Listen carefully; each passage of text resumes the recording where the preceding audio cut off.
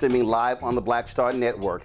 Lawmakers in North Carolina unleashed the latest attack on Black America, approving a law to eliminate DEI in the state's higher education system over the objections of the Democratic governor.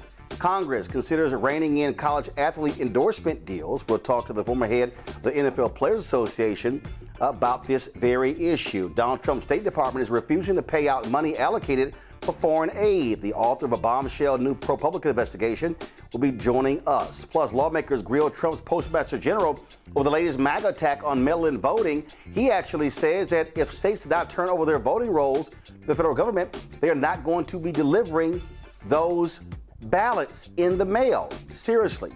Federal officials have changed requirements for who can qualify as a minority-owned bank. With the president and CEO of the National Bankers Association will join us. Both the House and the Senate passed huge numbers, a crucial housing bill, but the twice impeached, criminally convicted con man felon-in-chief, the big crybaby, is refusing to sign it into law until they pass his Voting Save Act, which Republicans say we don't have the votes. Plus, protests continue in Mississippi following the death of one-year-old Kohen Wiley. We'll talk to one of the organizers on the ground. Folks, it is time to bring the funk on Roland Unfiltered. The Black Star Network, let's go. He's got it. Whatever the miss, he's on it. Whatever it is, he's got the scoop, the fact, the find. And when it breaks, he's right on time and it's rolling. Best believe he's knowing. Putting it down from sports to news to politics. With entertainment just for kicks, he's rolling. It's on go, y'all. It's Roland Martin, yeah. Rolling with Roland now. He's funk, he's fresh, he's real, the best, you know he's Roland Martin now.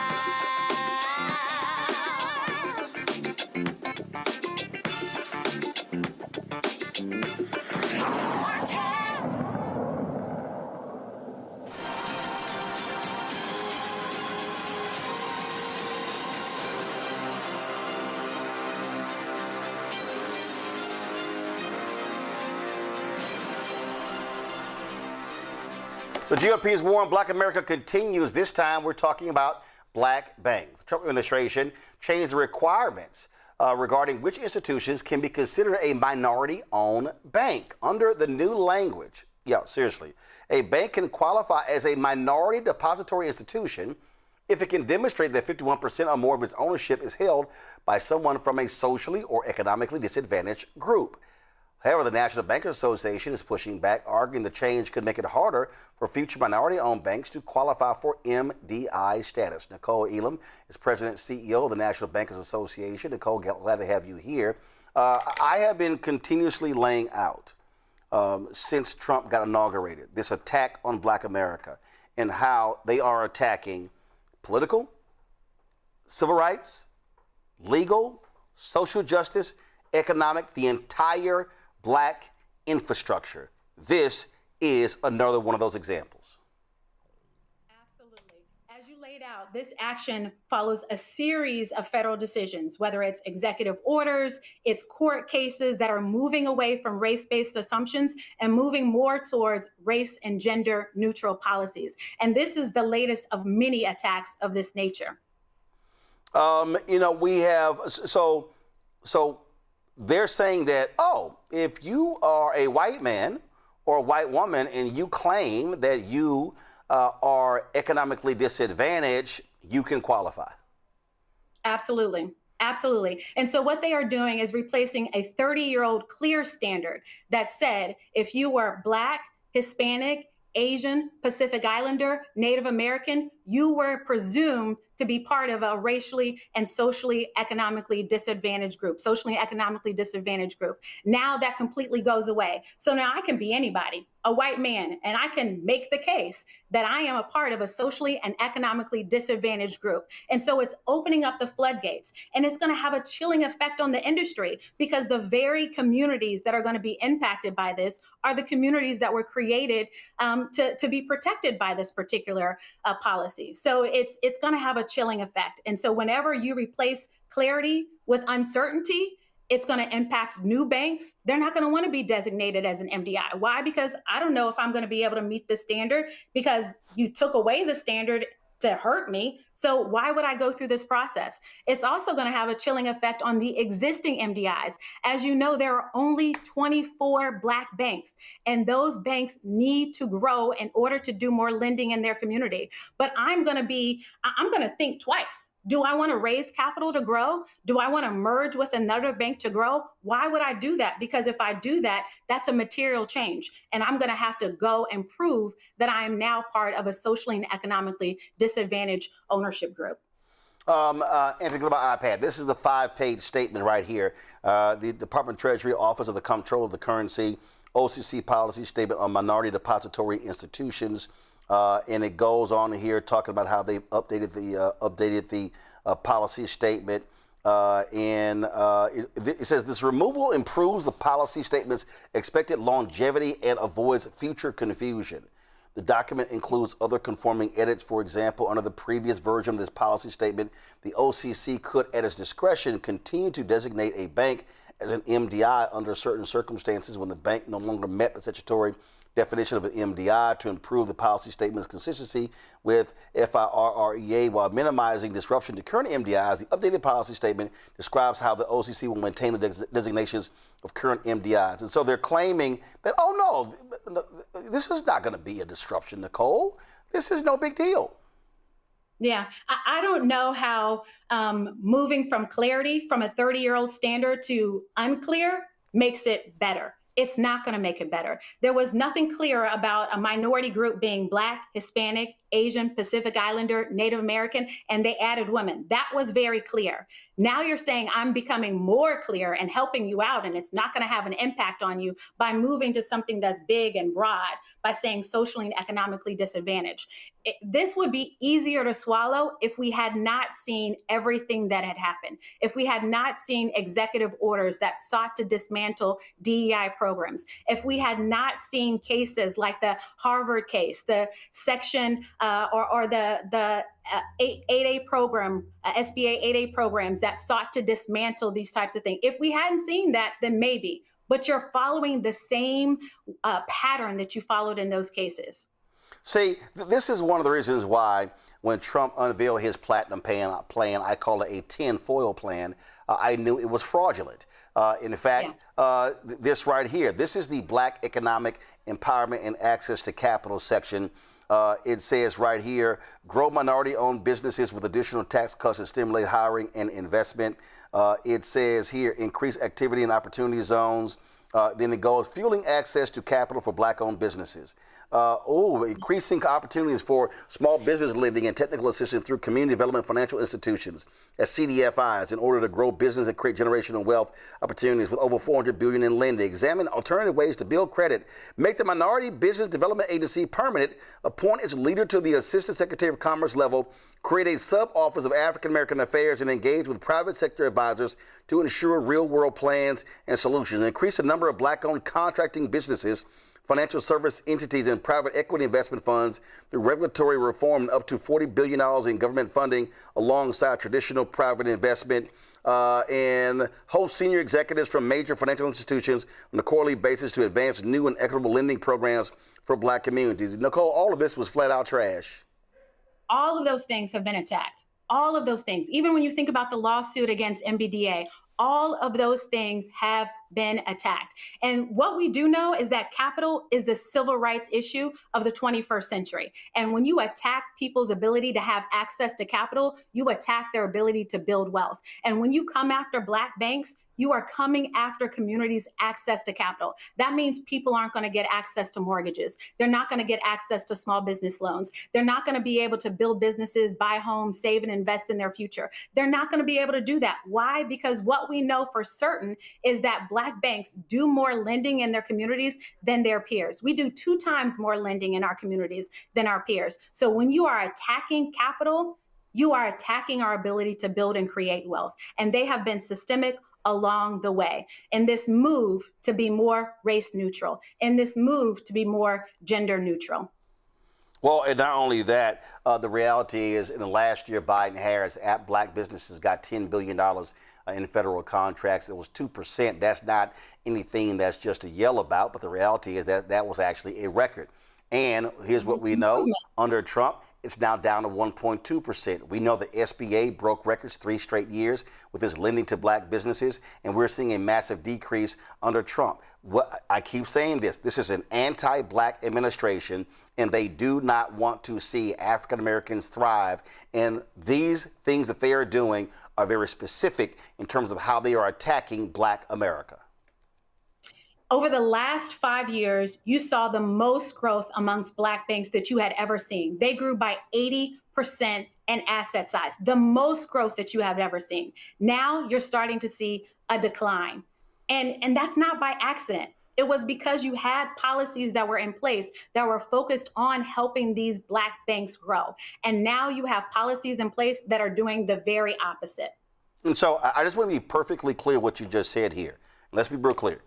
Because you had Biden and Harris, a Democratic president and vice president, and because you had them advocating specifically for black banks and for CDFIs, and then you had, of course, the Congressional Black Caucus and others. You had them controlling the power of the purse, controlling the House those first 2 years. There was a direct benefit to black America as a result. And so when you talk about lending, that's lending to small businesses, individuals who need that support. And let's just be perfectly honest, and I'm going to name names. These are businesses that could not go to a JP Morgan Chase or go to a Bank of America or go to a Wells Fargo to get that investment, to get those loans, to get those lines of credit. And so this is what we're seeing. And so you had Democrats who were advocating for black banks, and you were the beneficiaries of their work. And now we're seeing that it's not the case under Republican MAGA rule, correct? What I'm saying is that intentionality matters. When you have an administration that is focused on black businesses and black banks and black community lenders, you see it reflected in policies and procurement and programs. If you have an administration that is intentionally doing the opposite, you see it reflected in programs, policies, and procurement. And we are right now seeing 2 different things. Last question for you. Obviously, he is in the White House for 2 more years. Obviously, you've got a midterm election going on this November. Listen, if Republicans continue to control the House and the Senate, and obviously he's there in the White House, this is going to be hugely problematic for black banks over the next couple of years. Yes or no? Absolutely. Yes. You are not going to see new black banks being formed. It's going to be very difficult for black banks to grow and to raise capital. Why? Because why would I go through the process of putting myself through a new designation that is unclear if I don't know what the outcome is going to be? So it's going to have a chilling effect on new banks. You're probably not going to see a lot of new black banks being formed, and it's going to have a chilling effect on existing banks who are trying to grow, raise capital, and merge. All right, then. Nicole, we surely appreciate it. Keep up the good work. We appreciate you joining us. Thank you for having me. All right, quickly go to my panel. Rebecca Carruthers, President and CEO of Fair Election Center out of D.C. Robert Patillo, Civil Rights Attorney with the Patillo Law Firm out of Atlanta. Jolanda Jones, Texas State Representative and lawyer. We also have Georgia State Representative Derek Jackson joining us right now. Okay, glad to have you here. Real quick, Robert, you work with Rainbow Push in their economic project there, and this is fundamentally clear. This is about economics. This is about money, and we tried to tell these people, and all these ADOS and FBA people who were telling us, oh no, Kamala's this, and all these fools running their mouths out here. Folks who don't even vote saying, oh no, Kamala is the same as Donald Trump. There's no difference between the two. This is a perfect example where there was a difference between the two. I want people to hear me. I say this almost once every quarter. Those organizations, ADOS, the FBA organizations, are almost all COINTELPRO. If you look at where their money comes from, they do not come from black organizations and black people. When is the last time you saw an ADOS or an FBA fundraiser? When was the last time you saw an online marketing campaign saying for you to donate to them? Where is their money coming from? Who are the leaders of these people? Why is it every time you click on the profile, it is like something that got created and you're looking from a profile out of India? Because the entire point is that these are online bot farms that are meant to fool and to deceive black folks to not exercise our political power. At the end of the day, President Trump is signing executive orders to overturn some kind of law that exists. Those are the laws that are existing to help black people that y'all are saying don't exist. When you're talking about these programs and these initiatives that have helped build this black middle class that we have today, those were created through the exact same political apparatuses y'all claim or have been ineffective and have done nothing for black people. It is crucially important that we teach civics in our community, that we teach people to understand not just to vote, but why they are voting and the power involved in it. And just as we saw in these elections yesterday, where you saw Democratic socialists winning around the country when everybody has told us that they could never win, what we are seeing now is a political sea change that we haven't seen since the rise of the Tea Party a decade and a half ago, where we're seeing a realignment of American politics. And if black folks are really going to start fighting towards many of these causes, such as reparations, such as territorial concessions, such as an acknowledgement of slavery, the things we have talked about, this is the time to do it. But you can't do that without unity. You can't do that without a plan. You can't do that when you're allowing the federal government and their intelligence agencies to intentionally break black people apart and turn us against each other with online misinformation. Yep. We're seeing this from every group across the globe. Derek, we keep trying to explain to people there are consequences to elections. And for the people who chose to sit out, for the people who said, oh no, I don't like her position on Gaza. And fine, you cannot like her position on Gaza. And that is an issue. But also the attack on black people, the attack on black banks, the attack on black companies, the attack on diversity, all of that also is based upon the person sitting in the Oval Office. This fool told us what they were going to do, and they're doing exactly what they said they were going to do. Roland, this is Project 2025. You're exactly right. They said in Project 2025 that they were going to do this if they get back into office. And so now look, Nicole said it best. They're coming after our economic strength. Not only are they coming after our political strength, and I'm sure we're going to talk about that later on the show, but they're coming after our economic strength. So when you talk about black and brown communities, as it relates to small banks, black banks, and come to housing and small businesses. We've grown in the last 30 years, Roland, and you covered this very, very well on your show. If you look at the number of home ownership in the black and brown community, we continue to soar. We continue to expand on small businesses. Why? Because we are able to go to black-owned banks and get the loans that we need, get the access to the capital that we need, and grow. The OCC is dismantling that right before our eyes. So they're coming after our economic strength, and as Robert just alluded to, they're coming after our political strength. And what's next? They're going to come after our education, as we are continue to talk about. This was all outlined. We've been talking about this the last 2 years in Project 2025. Listen, Jelana, folks are going to learn that, again, if you sit out elections, if you act like this stuff is not important, there are going to be consequences. It is all coming downstream. Listen, in Texas, that MAGA governor, Greg Abbott, that MAGA lieutenant governor, Dan Patrick, got rid of the HUB program, which was actually put in place by Republican Governor George W. Bush. That is directly going to impact black businesses. This is what MAGA is all about. And absolutely. And here's what's funny. A lot of the black people you see supporting Republicans are upwardly mobile black people who are successful, who have contracts. And for some reason, even they are finding out that you black too. Because sometimes you make it to a certain level and you think, oh, I'm not black or I'm above race. Well, that's absolutely not true. And say what you want to say about Kamala, she black.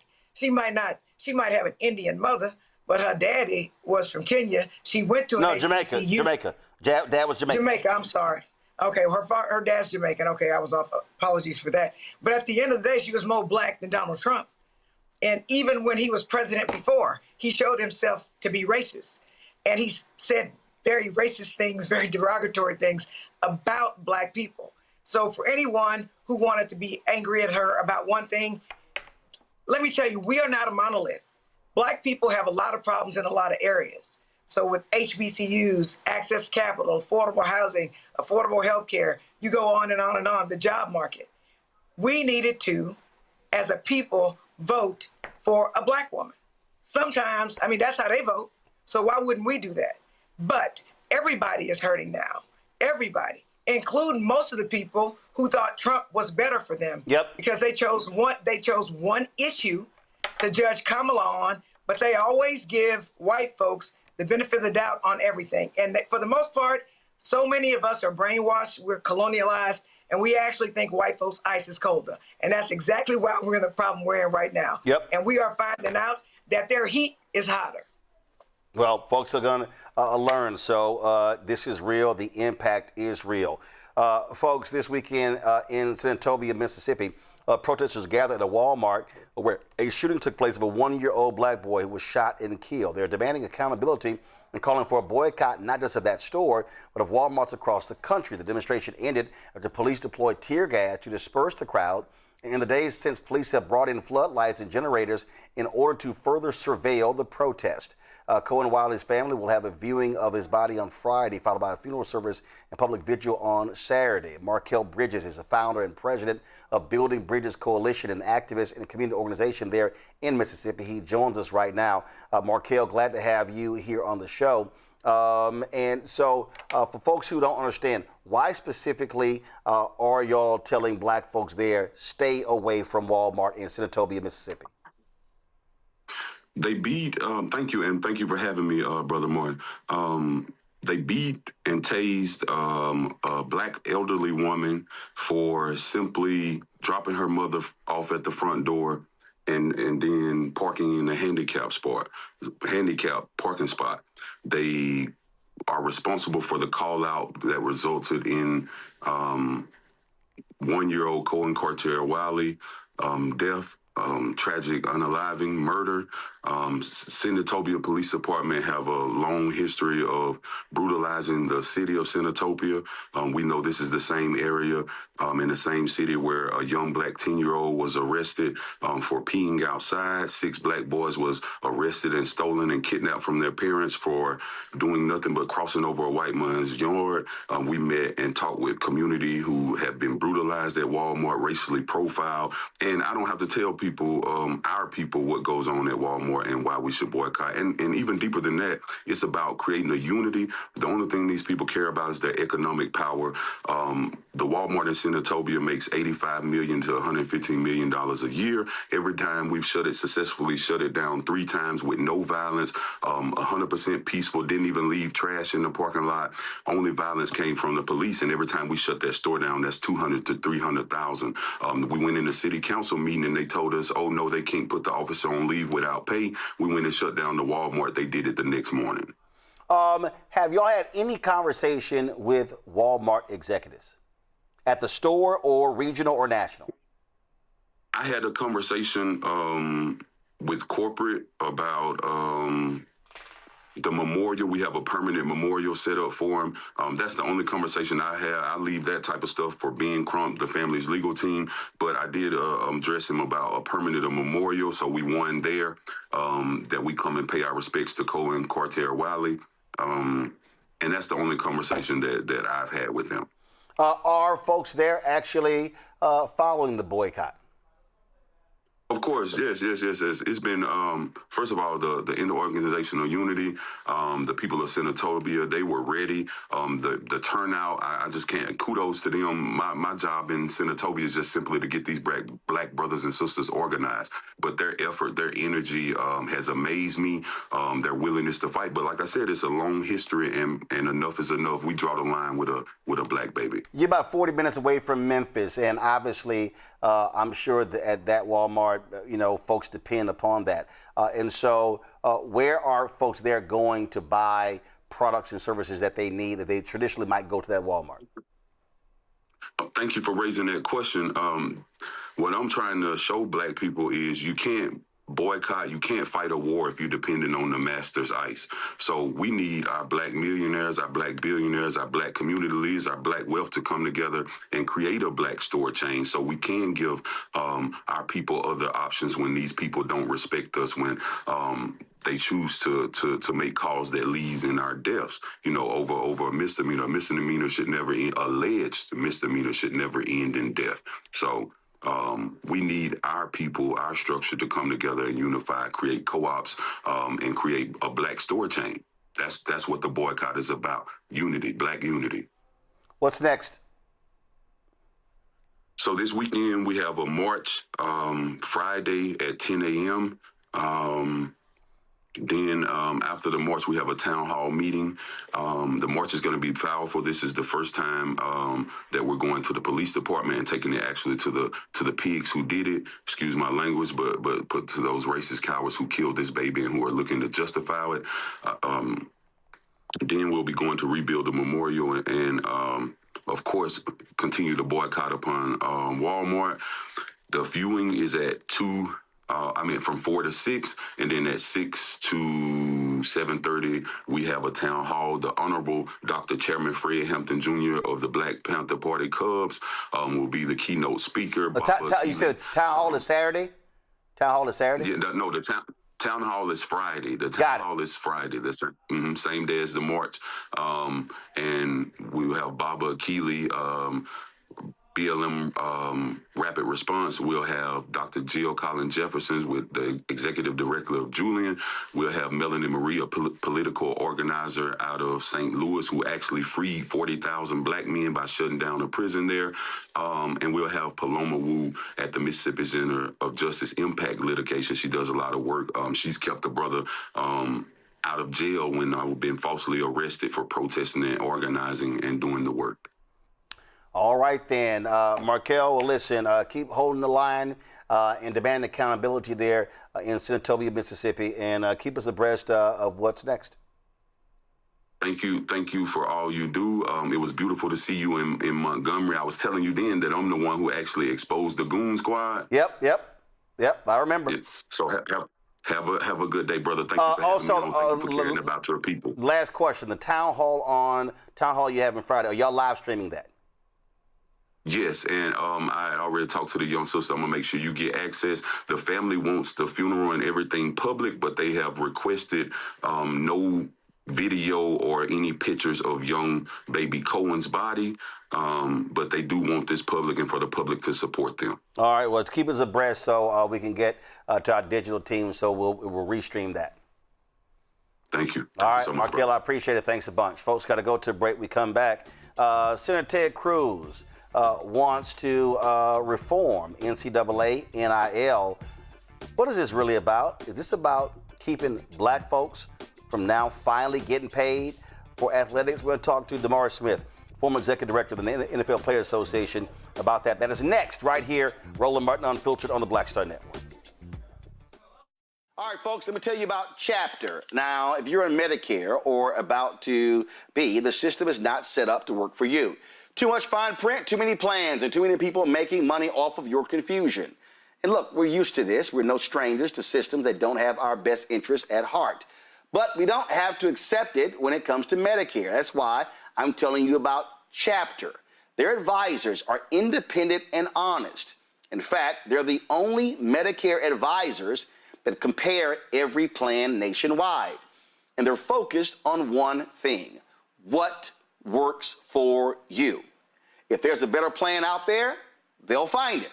If you're already in the right one, they'll tell you that too. There are no games. Just last year, people who switched with Chapter saved an average of $1,100.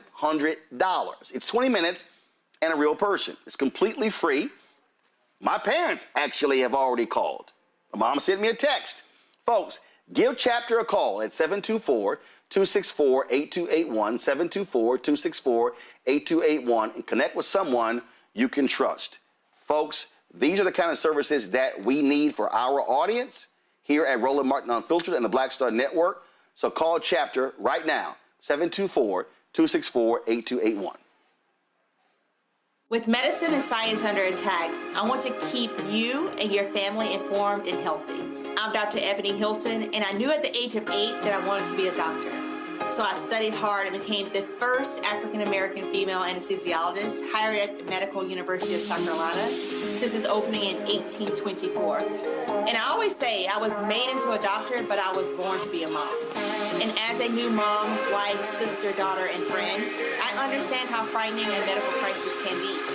I care for individuals on some of the worst days of their lives, and it's my mission to provide you with a safe space to gain clarity on issues affecting your mind, body, and soul. I recognize that there are health disparities, particularly as it pertains to race, and I want to help bridge the gap between you and your healthcare providers. Join me every Thursday for Second Opinion on the Black Star Network, where each week I'll invite experts from various medical fields to share the latest health news. We'll discuss topics such as the vaccine debate, mental and sexual health, medical bias, infertility, menopause, andropause, nutrition, and aging. Together with my medical colleagues, we aim to provide you with a second opinion. Don't miss it, Thursdays only on the Black Star Network.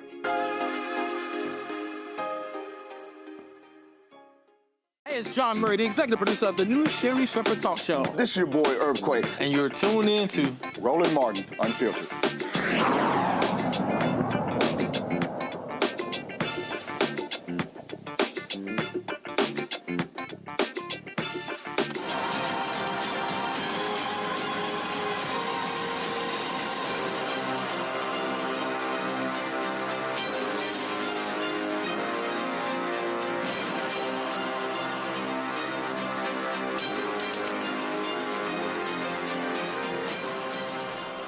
Some of you might say, Roland, how is this next story, the GOP war on Black America? Oh, but it is. On Capitol Hill, Senator Ted Cruz is pushing a bill that is going to regulate NIL deals, name, image, and likeness. What you have is you got some Democrats and Republicans championing this bill that could rein in player paydays, fundamentally alter the financial realities of college sports as we know them. They're really upset also about the transfer portal. They're upset that for the first time, athletes and their parents have leverage, have influence, and they're maximizing that. These schools are upset, and you saw Donald Trump have this big old meeting, and Nick Saban is there, and they had all these other coaches who were there, and they had other folks talking about, oh, we've got to reform the NCAA. We can't have this, and all you keep hearing them talking about is the players, and this schools are losing money, but not one time have I heard them say, you know what, we need to cap what coaches are getting paid. We need to stop coaches from being able to leapfrog from one job to the other. So what's going on here? Remember, there were two bills. There was the SCORE Act that was scrapped because the CBC came out strongly against it, and actually two of their members were responsible for the bill. They got them to drop that, so that sucker died. Now Cruz is trying this new bill. DeMar Smith is the former executive director of the NFL Players Association and knows this stuff through and through, understands labor rights, understands the law. He joins us right now. And I've been glad to have you here, brother. Good to be here. And want to talk about this for the last few weeks. You've been traveling. Let's get into it. So you went through both of these bills. Yep. The SCORE Act is dead. Right. This Cruz bill is still alive. But explain to people how you analyze both of those bills. Well, look, the Cruz-Cantwell Act, in some ways, is just a clever sleight of hand to revive the best parts of the SCORE Act. So two big losers under the Cruz-Cantwell Act. One, the House settlement that was the antitrust case that ended the NCAA's antitrust violations, allowed schools to use up to 50% of their athletic revenue to go to athletes. Cruz-Cantwell bill cuts that down to 20%. Big winner, schools. Huge winner, all the other conferences other than the SEC and the Big Ten. But the other sleight of hand that they're doing here is both bills allow for the NCAA to have antitrust liability exemption. Now, for folks who don't understand, antitrust, that's why baseball, that's why the NFL, and again, these are private enterprises 100%. who got Congress to give them a sweetheart deal. Explain to people that from the perspective of the pro sports, why that's matter and why that's dangerous for the NCAA. Well, you think about the legends, Oscar Robertson, Curt Flood, John Mackey in football. All of those athletes sued their leagues for antitrust violations, which allowed them to break, except for Curt Flood, allowed them to break the stronghold that the leagues had on revenue, wages, hours, working conditions. The NCAA has been looking for antitrust exemptions for years. They never got it. But what the Cruz-Cantwell bill does is give the NCAA insulation from being sued for antitrust violations, but on the other side, it doesn't guarantee that college athletes will be employees and can have a union. So in football and in baseball, you have Players Association. Yep. You have a union that's fighting for their rights. You have to have them. So for every collective bargaining agreement that I did, the owners always absolutely mandated one thing, that the players be allowed to unionize. Why? Because if there is no union, they don't get the antitrust exemption. So imagine how clever this bill is. This thing gives the NCAA more power than any professional league ever got. So the idea that they are giving basically the NCAA a blank check to be absolutely immune from most laws, and nonetheless, there is nothing in both of those bills that say every college athlete will be treated as an employee, and therefore they can form a union. It's getting all of the up with none of the down.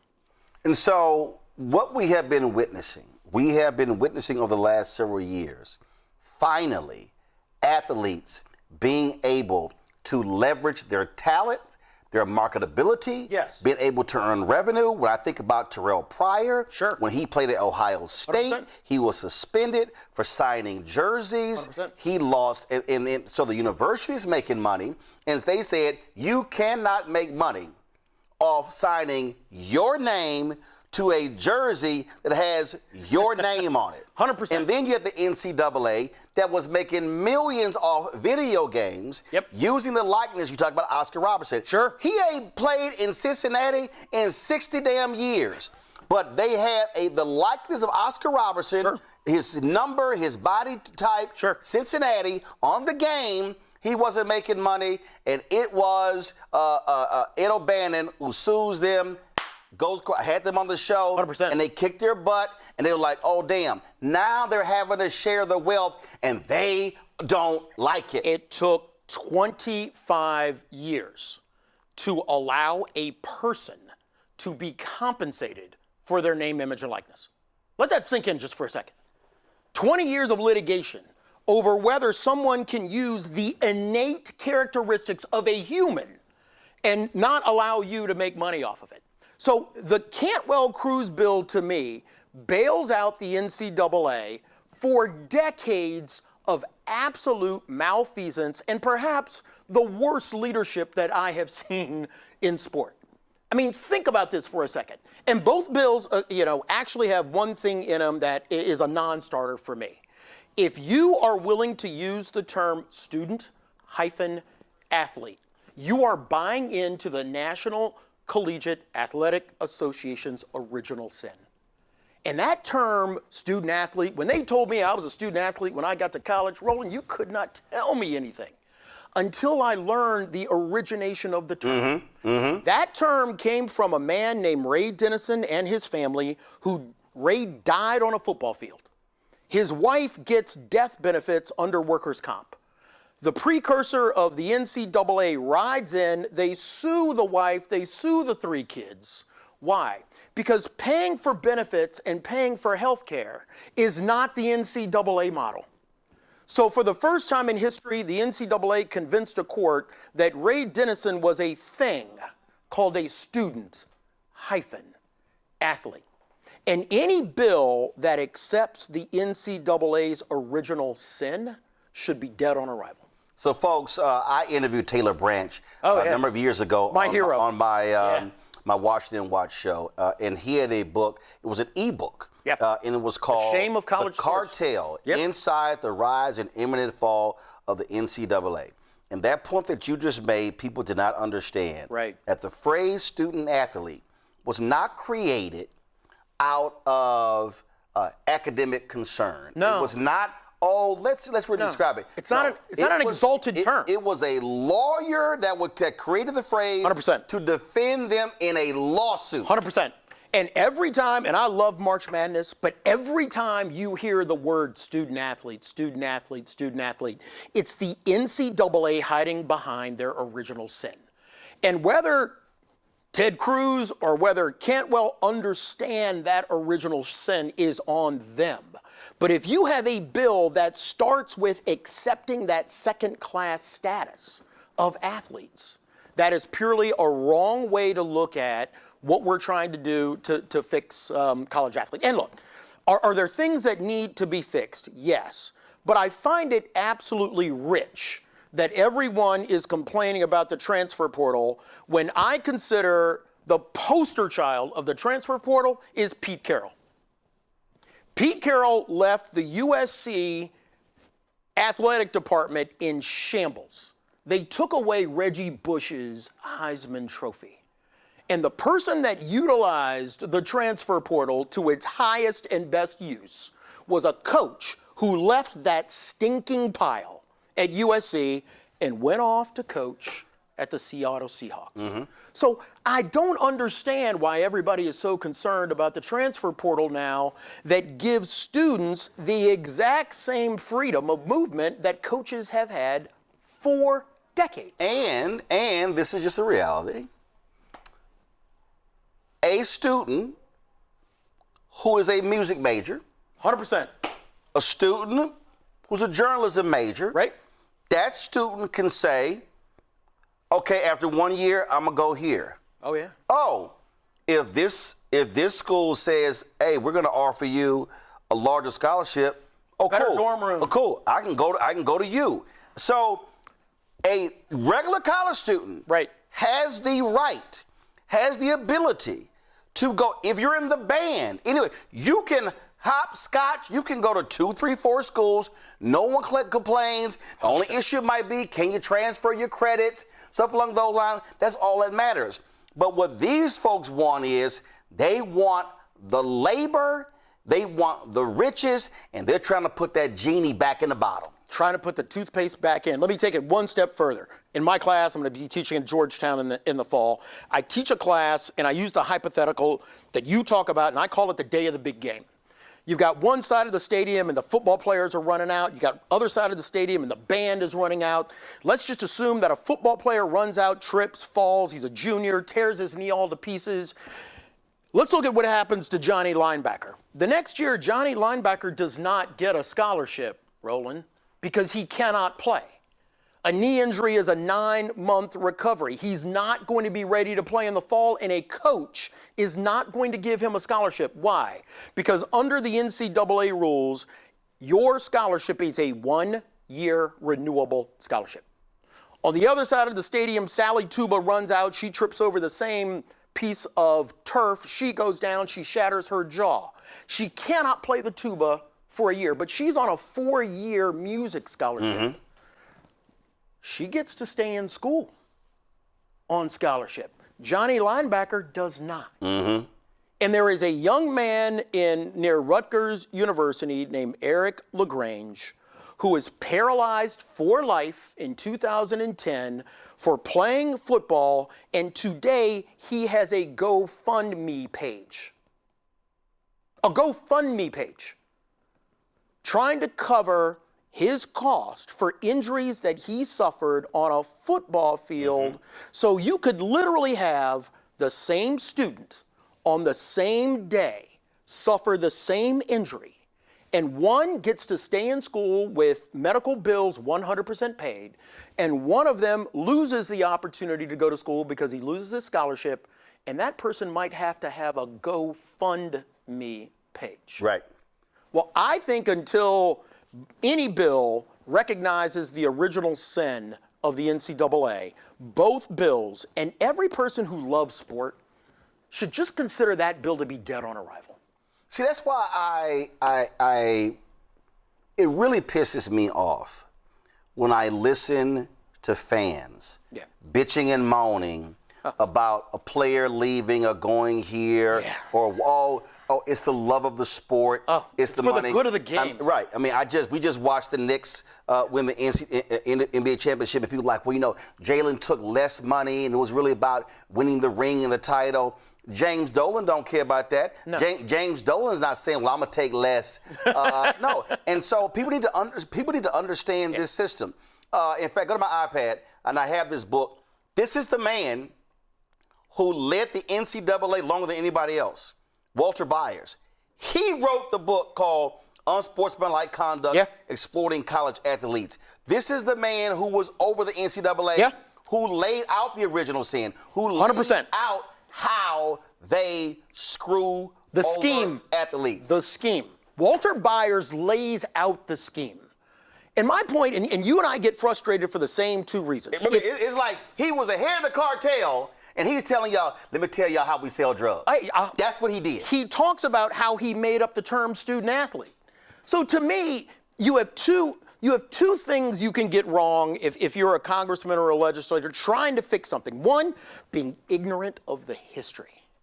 And second, if you come up with a system that in any way, shape, or form creates a two-classification system, it has to be wrong.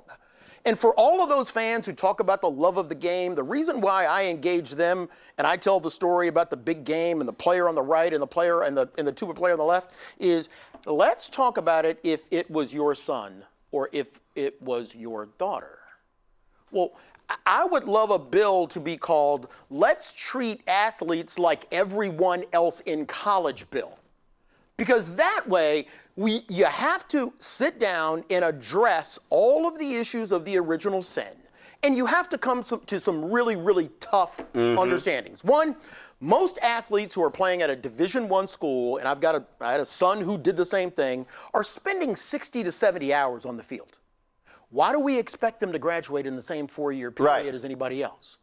You come down to some of those people and you say, hey, look, maybe we should give those athletes an extra year to graduate. Well, man, I don't know how we're going to afford that. It's a chair in a room. Let's pump the brakes. One of the most interesting studies that I saw last week was the Virginia Board of Governors for schools came out with what I thought was a really thoughtful report about the importance of the Virginia Athletics Department. And when I read that, I was stunned because it actually put into financial terms, what does an athletic department run by whom? The athletes. What does that contribute to a university? And it talked about the hundreds of millions of dollars in free advertisement that the university gets. It talked about the millions of dollars that these athletes are generating for the local community and the local environment. So don't tell me that we have to have a two-tiered system because you get your feelings hurt if your quarterback goes into the transfer portal. Right. Just stop.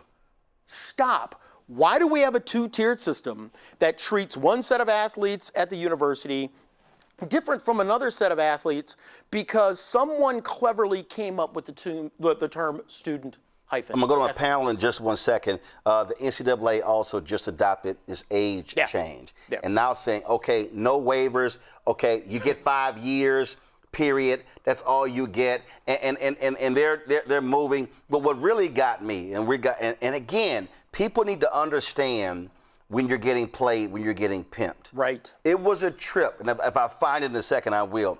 It was a trip watching watching college sports, and they're showing we need the SCORE Act because if we don't, all of these Olympic sports, they're not going to be able. So badminton and volleyball and all of these sports, and we have to adopt this because we're going to lose all of these women's sports because they're going to go away.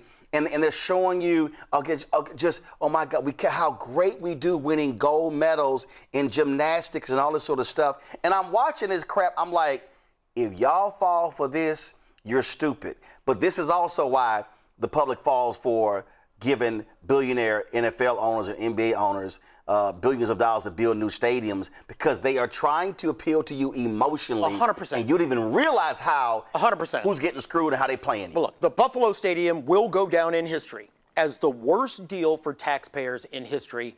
Also, all because they wanted to make sure that the Bills stayed in Buffalo. And by the way, at the end of the day, there's a guy with a $100 million yacht parking his yacht in the Hudson Bay so he can watch his daughter play tennis. And at the same time, you're taking away. You That's the can't guy who afford owns Buffalo Bills. Pagula, right? Yeah. You're taking away money from women and people who need food stamps. You're taking away money from the schools. Under what scenario does a billionaire get to build a free profit center? And that's what the NCAA has the same been. Thing. That's what they've been. Thing. They have been, and we know where they're going. They are going to really a two-league model because it's all TV driven when it comes to football. And now they talk about, let's expand to 24 teams in the playoffs. I mean, it's all about money. Here is what the NCAA is worried about, and the reason why they are backing these bills. Both the SCORE Act and the Cantwell-Cruz bill was the let's keep the NCAA around bill. Because two conferences have slowly come to the realization that they do not need the NCAA anymore. SEC and Big Ten. And really, that also, and this thing goes back, now even though I understand when Eddie Robinson testified, when it came to the TV contract, I think went to the Supreme Court by saying NCAA, you can't regulate the one game 100%. a week. That allow conferences to negotiate their own deals, then allow schools to negotiate their own deals. Right. If people don't realize, Notre Dame has their own contract with NBC. Folks don't realize Jackie Sherrill was that close 100%. to negotiating the same deal 100%. with Texas A&M and ABC. But the only reason they got it is they didn't have the antitrust protection. Right. This gives them all of the cover that Eddie Robinson wouldn't have any ability whatsoever to fight. So what this bill will do is literally keep the NCAA in power while schools and conferences like the SEC and the Big Ten are saying to themselves, wait a minute, what do we need you for? Right. And by the way, this House settlement, and you want to talk about the non-revenue generating sports, and I'm a big believer in women's sports. The reason we have women's sports is Title IX. Yeah. The fact that the lawyers on both sides, and one of probably the main lawyer who settled the House settlement is a dear friend of mine. But let's remember, the House settlement did nothing to contemplate Title IX. Title IX is not a sports act. Title IX decided by Congress that any organization receiving federal funds, you have to make sure that the opportunities for women are exactly opportunities. So I use it in my speech all the time.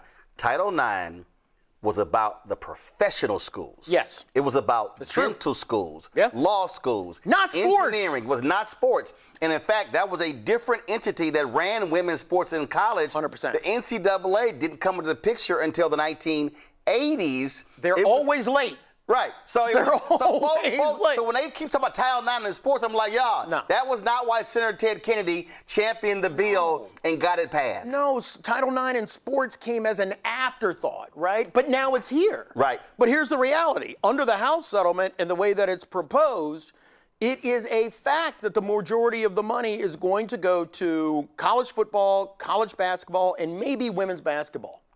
So the House settlement and Title IX are on a collision course. Right. And again, when you sit back and you realize I'm not going to make any friends at the NCAA, but I haven't made any friends at the NFL either.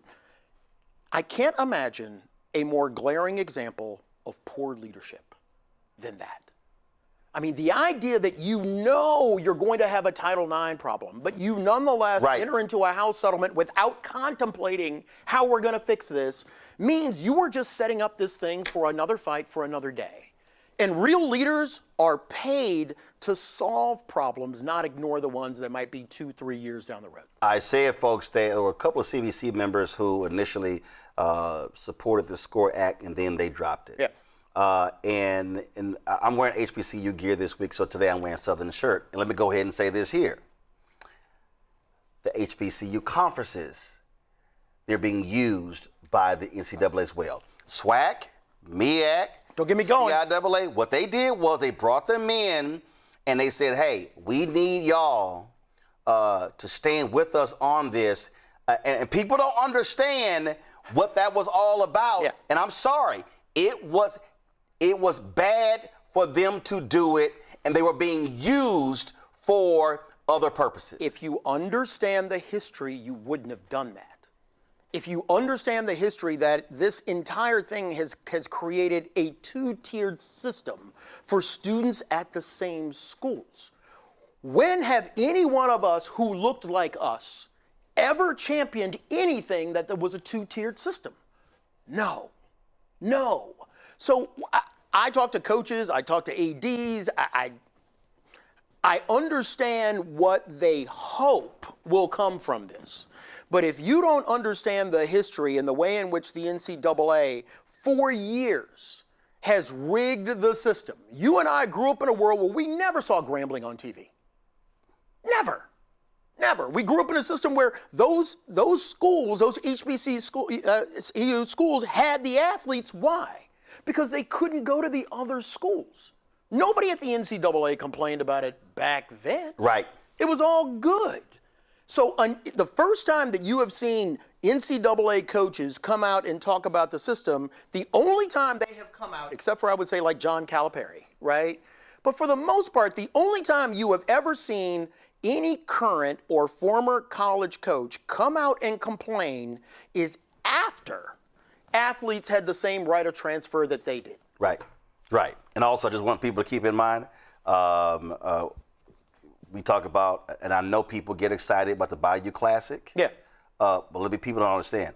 That's a time buy. Oh, yeah. That's a time buy. Yeah, Rambling in Southern, buy that time from NBC. That's not NBC. You and I understand media. See, folk don't understand. You and I understand media. They don't understand that. That's a paid spot. They don't understand that. That's a paid They don't understand spot. that. I know. We have questions from my panel. Yeah. I'm going to start first with Jolanda Jones.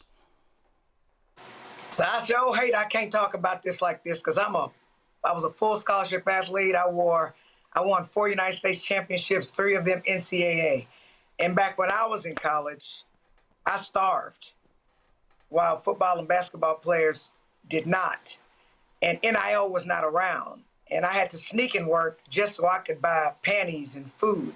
So my question to you, with the collision of Title IX and what Cruz is trying to do, is how do you protect the women athletes? Because whenever you talk about these sports, 99.9% of the conversation is football and basketball. Most athletes are not them. So spend a little time talking about how you protect athletes like me, who are national champions and won prestige for the school, and they pimped us and we were modern day slavery. The first thing I would do with any bill is mention Title IX in the bill. I mean, you look at both the SCORE Act and the Cantwell-Cruz Act. There's no contemplation of how do we square the House settlement or whatever rules coming forward with Title IX. So Title IX was a congressionally instituted rule. The way to fix it is to make sure that there is a congressionally instituted fix. It's not that hard, but just make sure that it's equal for everybody else. That's simple. And Roland, I want to say something really quickly. I filed a bill in the 89th legislature, which is going on now, HB 936, where I literally said that the NCAA could not withdraw or revoke an athletic scholarship by a public institution of higher education on the basis of a student athlete's injury, illness, or disability. Yeah. And although they assigned it to the higher ed committee, I literally did not get a hearing on that bill. Because if you get hurt, being enslaved for an NCAA institution, they can cut you and you only got injured and then you're stuck like Chuck. Well, and look, and the reason for that is no one wants to come to grips with you have to make a choice. Either you are going to treat the people at the same university the same, and if you don't want to do that, you have to treat them as employees. And they don't want that. So it's either one or the other. And to me, I've always looked at the easiest fix is treat them like every other student at the university. For the woman who's got or the man that's got the debating scholarship or the music scholarship or the journalism scholarship, why do we give them 4-year full rides? And we have to make sure that the athlete makes the team. And if a new coach comes in and you don't fit into the system, you're gone. Yep. So this isn't really that complicated. What everybody is trying to do right now is to take a broken system and put a Band-Aid over the things that they don't like. And that is the players getting money. 100%. And a lot of black players. And freedom. There you go. And there's a lot of black players. And freedom. Derek. You know, first off, Roland, I appreciate you covering this, but I just find it so incredulous that Congress want to consider a bill to regulate college sports, but they don't want to consider a bill to regulate that individual in the White House. Or insider trading, but I digress. My question is, what can I do as a state legislator? Because it's one thing for these kind of conversations to happen at the federal level, but I see so much at the state level where we just gave UGA, for example, $120 million. We gave Georgia Tech $88 million, but when it comes to HBCUs in Georgia, we might give them 10, 12, $30 million. Yep. And all these coaches are state employees. Yep. So the most expensive state employee is Kirby Smart, the coach up at UGA. Always has been. So what can we do as a legislator to sort of help great question. In this fight? So what was the bill you said someone should sponsor? That can be sponsored on the state level. 100%. Treat college athletes like every other student act. I mean, that is something that you could do on the state level. The other thing is, look, I think one of the mistakes we make on the people who believe in democracy, we are sometimes on our side of the table afraid to use their own language. Yep. And the language that we should start using is states' rights. I mean, if you wanted to fight discrimination legislation, it was always, no, we're not really against it. We're just for state rights. Well, right now, every person who truly believes in equality and freedom should take up the states' rights mantle and say, in Georgia, we are going to treat the athletes in the same way that we treat everybody else in the university. And let's say Derek sponsors that bill. The reality is if federal can do whatever they want to. Whatever you want. But what's going to happen is when it goes to the courts, they're going to say, wait a minute, this is a state school. This would be a Georgia law. Supported by state taxpayers, and the state taxpayers have spoken. Yep. And which is the language we get for everything that they shove down our throats. Right? But this idea that every state should come out with the laws, whether it's making things fair along Title IX grounds or making things similar between athletes who are playing the sport and athletes who are not, that could all be supported by the state. Yep. And by the way, once that happens, now what do the Republicans say on the other side? Are you an anti-states rights person? Yeah. Well, that hurts my feelings. Yeah, they will do that. Robert.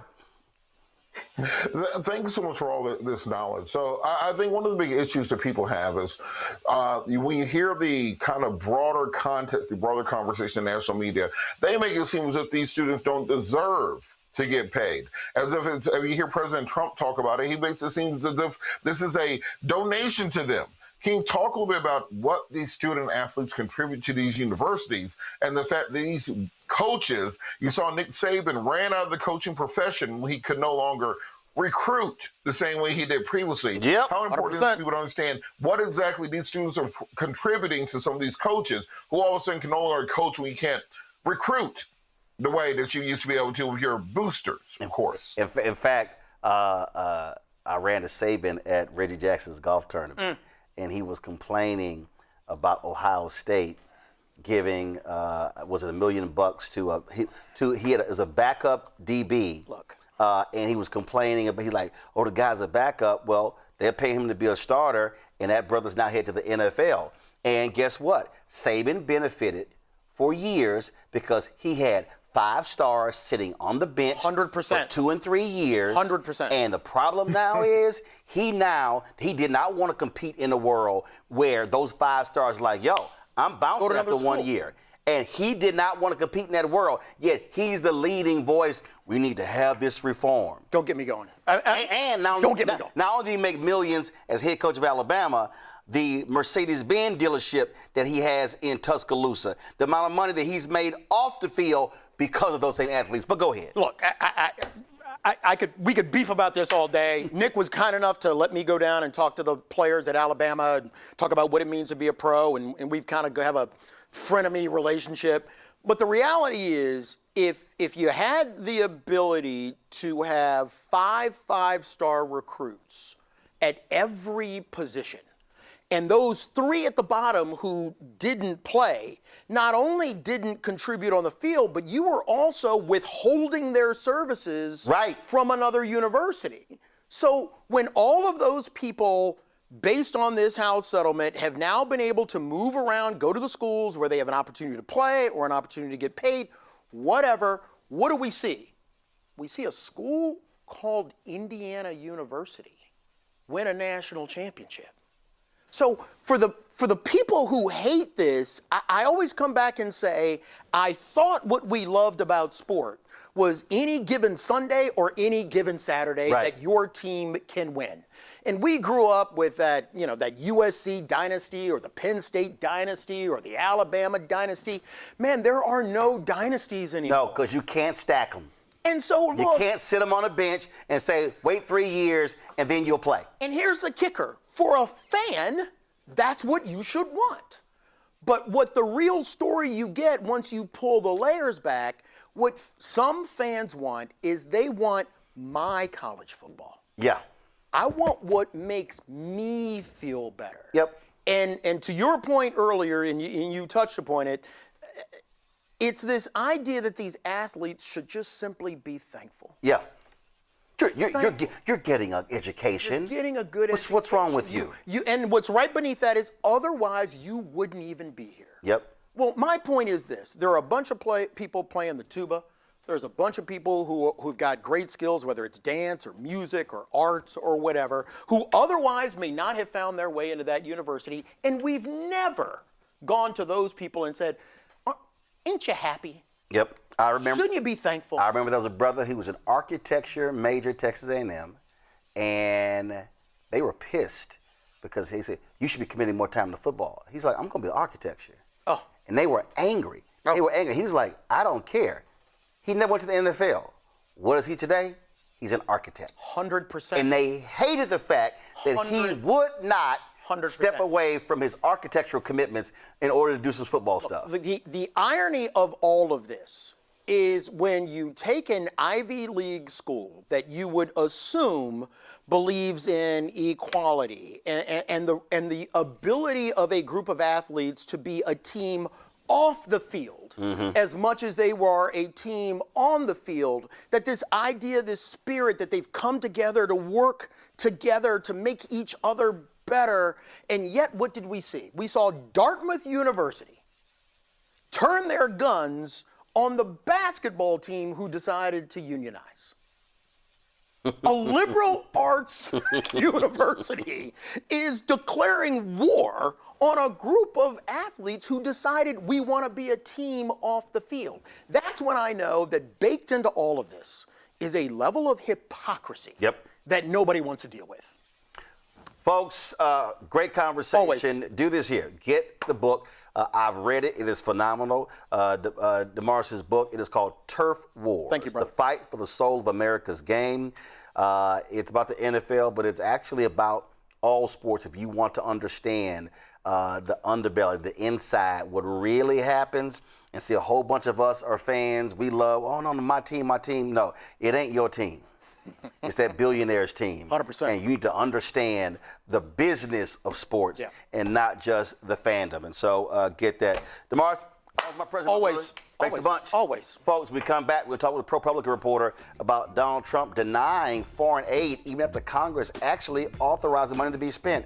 You're watching Roland Martin Unfiltered on the Black Star Network. This is why you got to support this show, y'all, because ain't no other show having this conversation. You are not going to have this conversation on MS Now, CNN, Fox News, ABC, NBC, CBS, because they, guess what?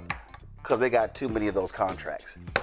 So support the work that we do. Join our Bring the Funk fan club. This is what our goal is.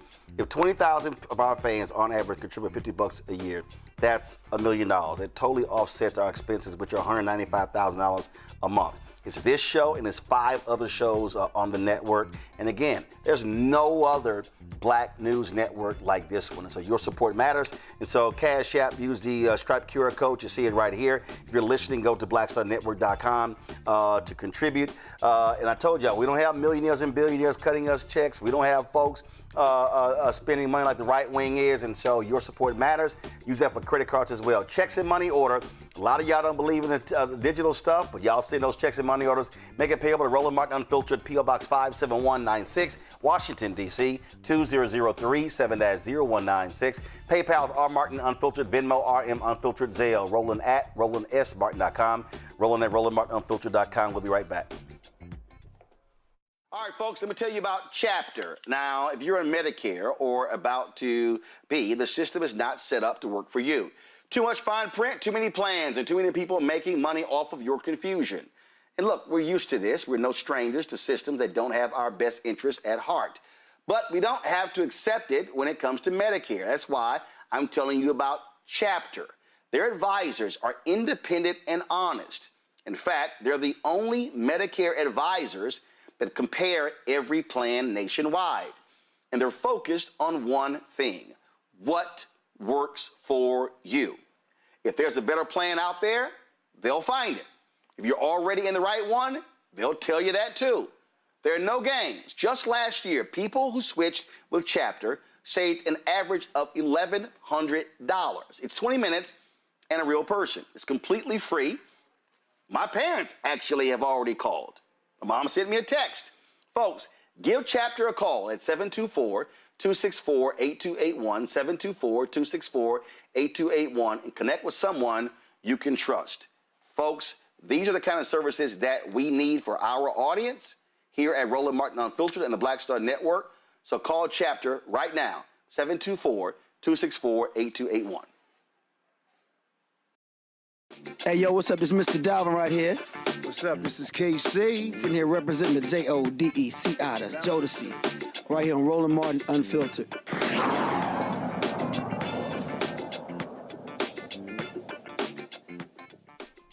Twice impeached criminally convicted Commander-in-Chief continues to defy Congress on foreign aid. After eliminating thousands of programs, it fired nearly all of its staff. The MAGA White House tried to get Congress to fully shut down USAID, but lawmakers said no. According to a new investigation from ProPublica, the Trump administration has refused to spend billions of dollars that Congress earmarked for crucial humanitarian and global health initiatives. The money is marked as unallocated, meaning it's been sitting unspent. Experts describe it as a remarkable infringement on Congress's authority over federal spending. Anna Maria Berry Jester, a reporter for ProPublica, joins us right now. Her article is "A Huge Grab of Power. Trump is defying Congress on foreign aid." Anna Maria, glad to have you here on the show. Here's what folk don't understand. A lot of people ain't read the Constitution. Anything when it comes to money, it has a start in the House. And then once it passes the House, it goes to the Senate, signed by the president. So a lot of people, when they say, well, the president has the authority, no, the purse strings, per the Constitution, are controlled by Congress. They make the allocation.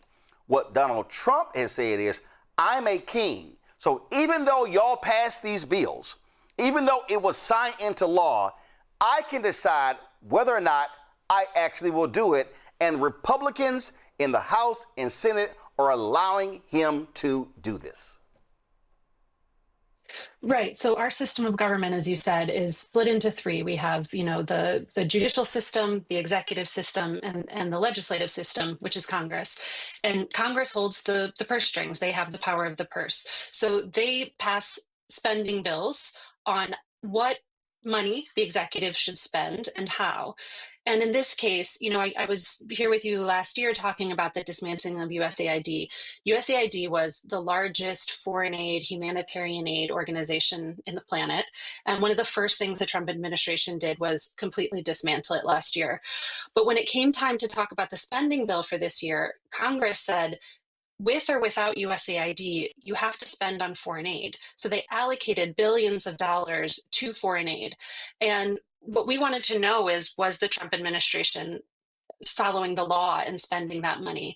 And what we found is, yes, they spent some money, but there are many ways in which they are not spending the money and not following congressional directives. So either spending money very slowly, which is also not legal according to numerous legal experts I spoke with, or not spending money on certain things that Congress earmarked money for, in this case, nutrition and things like reproductive health care. But then also, as you said, they have used this maneuver where they've labeled money in a certain way that means the State Department can't actually spend it without further permission from the budget manager for President Trump. Russell Vaught, who runs OMB, and hardcore right-winger, Project 2025, and his whole deal is, listen, I don't care what any of y'all think. We're going to do what we want.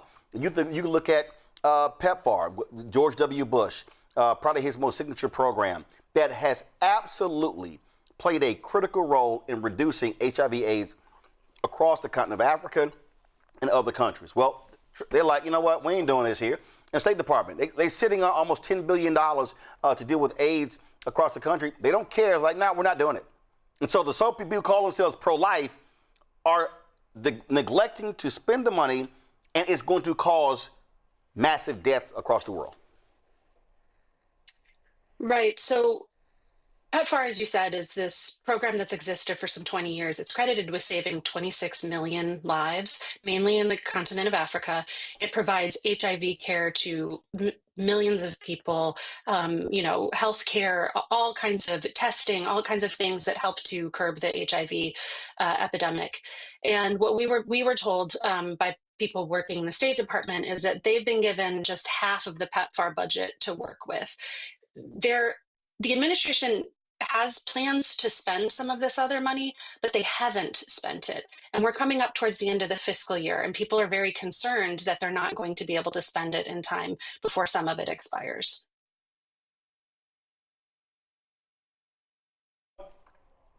This is in your article. This is Senator Brian Schatz. It's proof that there is still broad bipartisan support for America showing up in the world, helping people and working with our allies and partners on shared challenges, not just because it's the right thing to do, but because it directly benefits us. Now, what's interesting is he's a ranking member on the Senate Committee with Oversight of Foreign Aid, but the committee chair, South Carolina Senator Lindsey Graham, refused multiple requests for comments, and I'll say this, you don't have to. When you kiss so much Trump ass, it's no surprise he won't criticize him. And this right here, Anna Maria, is the problem. Republicans are literally allowing Donald Trump to do what he wants to do, and they are abdicating their responsibility when it comes to the purse strings, and there is no way in hell, in any lifetime, that they would allow a Democratic president do the exact same thing if they control the House and the Senate. What you see in the bill from last year is that Congress together, Republicans and Democrats together, passed a bill that includes billions of dollars in foreign aid and also includes some pretty strict, strong language about how that money should be spent, how much of that money should be spent, meaning all of it, and directing the administration to give to certain organizations to spend on certain issues, earmarking money in certain ways. I did reach out to numerous Republicans and Democrats and did not hear back from any of the Republicans. Unbelievable. Questions from the panel. Derek, you first. So, Anna, thank you for covering this and highlighting the fact that the director, Russell Vaught, is leading this effort in freezing the $9.4 billion. My question is simply this. Why not highlight the numbers of death? The last 18 months, when they started this whole thing with Elon Musk and looking for $2 trillion and the whole USAID as it covered in your article, wouldn't it be more, wouldn't the gravity and strength of your article would be, here are the number of children and vulnerable citizens in this country and that country that have died in the last 18 months? Right. So last year, we actually traveled to Kenya and South Sudan and reported extensively on what happened when the US cut off foreign aid essentially overnight. So in Kenya, the United States had provided food for several very large refugee camps, including one in a place called Kakuma, where there's over 300,000 people living there. And what we found is that after months of receiving no aid from the United States, the World Food Program, who provided food for the people who are essentially trapped in this refugee camp, had reduced rations to such tiny levels that children were beginning to starve to death. And we met families who lost their children because they didn't have enough to eat. And then in South Sudan, we found that the US pulled funding right when the country was battling the largest cholera outbreak it's ever experienced.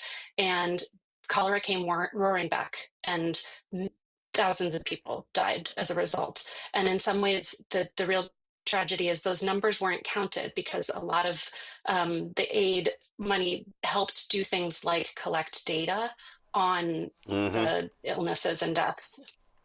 And this wouldn't this be considered genocide? Oh, I'm sorry, Roland. But wouldn't this be considered genocide as well? I mean, this is a form of genocide. I mean, I'm not a legal expert, so I can't speak to that, but I can say that we did see and meet people who lost family members as a direct result of aid being pulled away from them. Well, this is another ProPublica story that actually speaks to that. And I mentioned Russell Vought, who's over the Office of Management and Budget, and this is literally what he believes. Quote, I don't want President Trump having to lose a moment of time having fights in the Oval Office about whether something is legal or doable or moral. Their whole deal is we're going to do what we want until Congress tells us we can't. That's really what's going on here, Anna Maria. Yes, Russell Vought has taken on a new amount of power at the OMB. The OMB is sort of like the president's budget director. And it's this sort of obscure agency that normally no one ever hears about or talks about. But Russell Vought has taken a very different stance on what power he has and what power the president has in terms of federal spending. And I think we're seeing the results of that. Robert?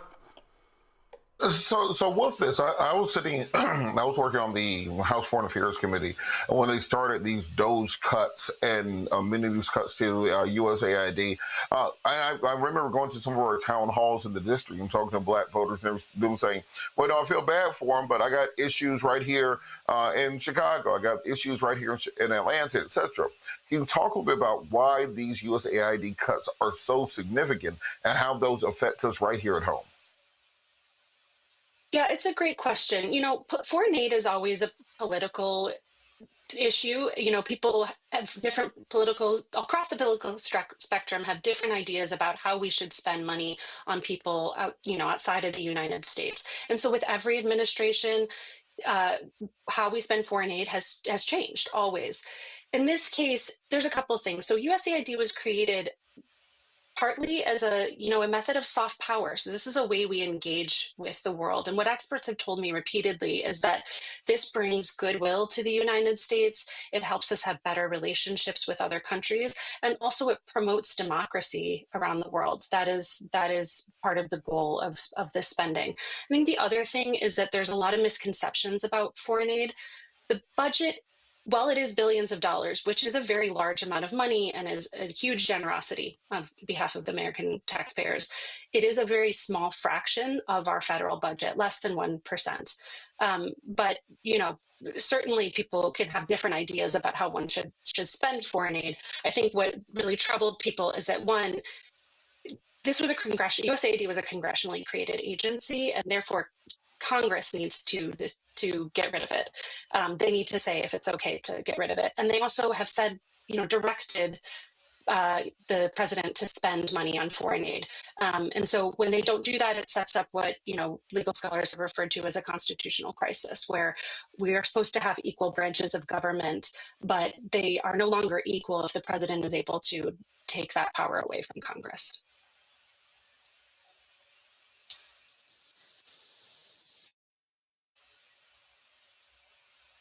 Jolanda?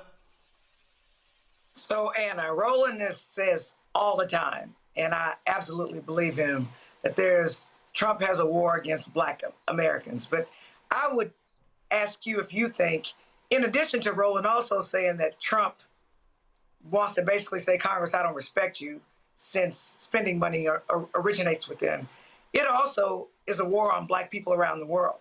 And I want to make sure, given the impact that this global funding has on HIV prevention, maternal health, humanitarian programs in Africa and the Caribbean, would you say it extends beyond Black America and that extends to Black people around the world? Because we don't see this stuff happening in Europe and countries like that.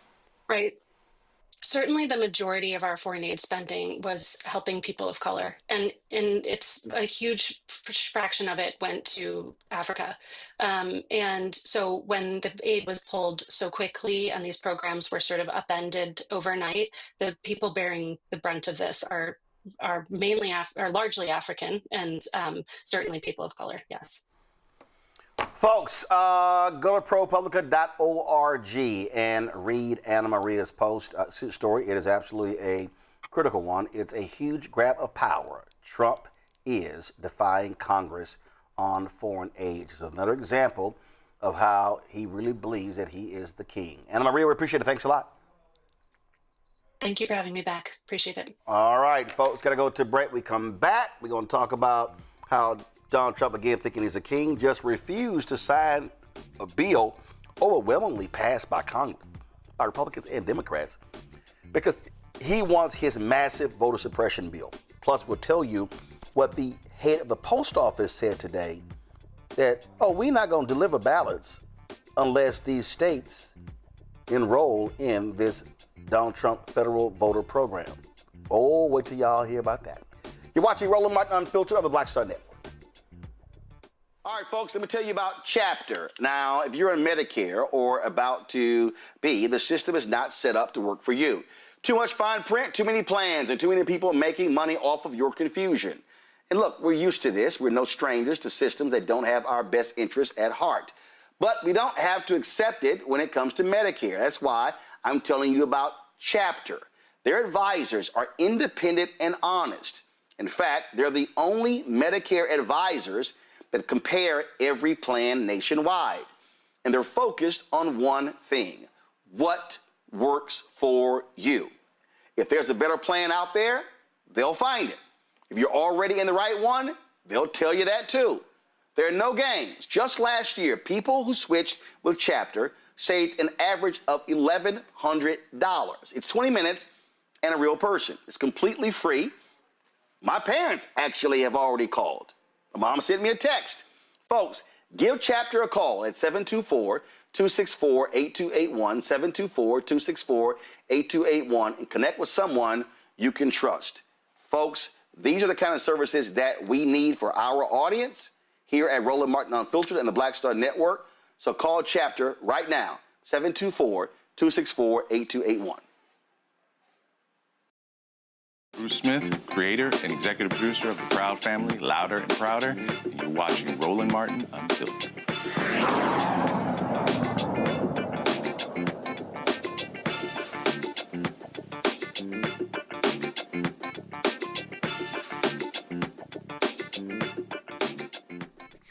Folks, time for Black Star Network headlines with Brittany Noble. An Ohio couple have filed a wrongful death lawsuit against Wilberforce University, a private HBCU, after their daughter died during a marching band hazing ritual. The suit was filed Wednesday by Jarian and Larisha Jackson, whose 18-year-old Savannah Jones died on April 30th. Their suit alleges that their daughter, a member of Wilberforce's Hounds of Sound marching band, died after participating in a ritual known as Turtle Crossing. It required her to drink an entire bottle of liquor while answering questions questions and riddles in a dorm room along with 10 other students. The filing states that Wilberforce knew or should have known about the hazing practices despite the school's alcohol-free and anti-hazing policies. And the parents of 21-year-old Boston Thomas, who died in May of 2024, have filed a federal lawsuit against officials in Cobb County saying one of its police officers used a dangerous maneuver that resulted in the death of their son. According to police, the Cobb County officer, Connor Jehan, had attempted to stop Thomas's Lexus just after 3 a.m. after noticing something wrong with his headlights and seeing him roll through a stop sign. But after Thomas sped off, the officer gave chase and eventually deployed what is known as a pit maneuver to bring the vehicle to a stop. The lawsuit claims that the officer violated department policy by so aggressively pursuing and stopping Thomas, who was not suspected of a serious violent crime. And a former Georgia Army sergeant has been sentenced to life in military prison for shootings that wounded 5 at a Georgia base. 29-year-old Sergeant Elias Radford was sentenced to life with the possibility of parole on Tuesday after being convicted of attempted murder. Army prosecutors accused Radford of targeting leaders of his supply unit when he opened fire with a personal handgun last August. He wounded 4 fellow soldiers and then his male fiancé, Raquan Smith. Smith testified that he was shot after following Radford onto Fort Stewart, fearing the soldier was suicidal. Radford admitted to carrying out the shootings in March when he pleaded guilty to charges of aggravated assault and domestic violence.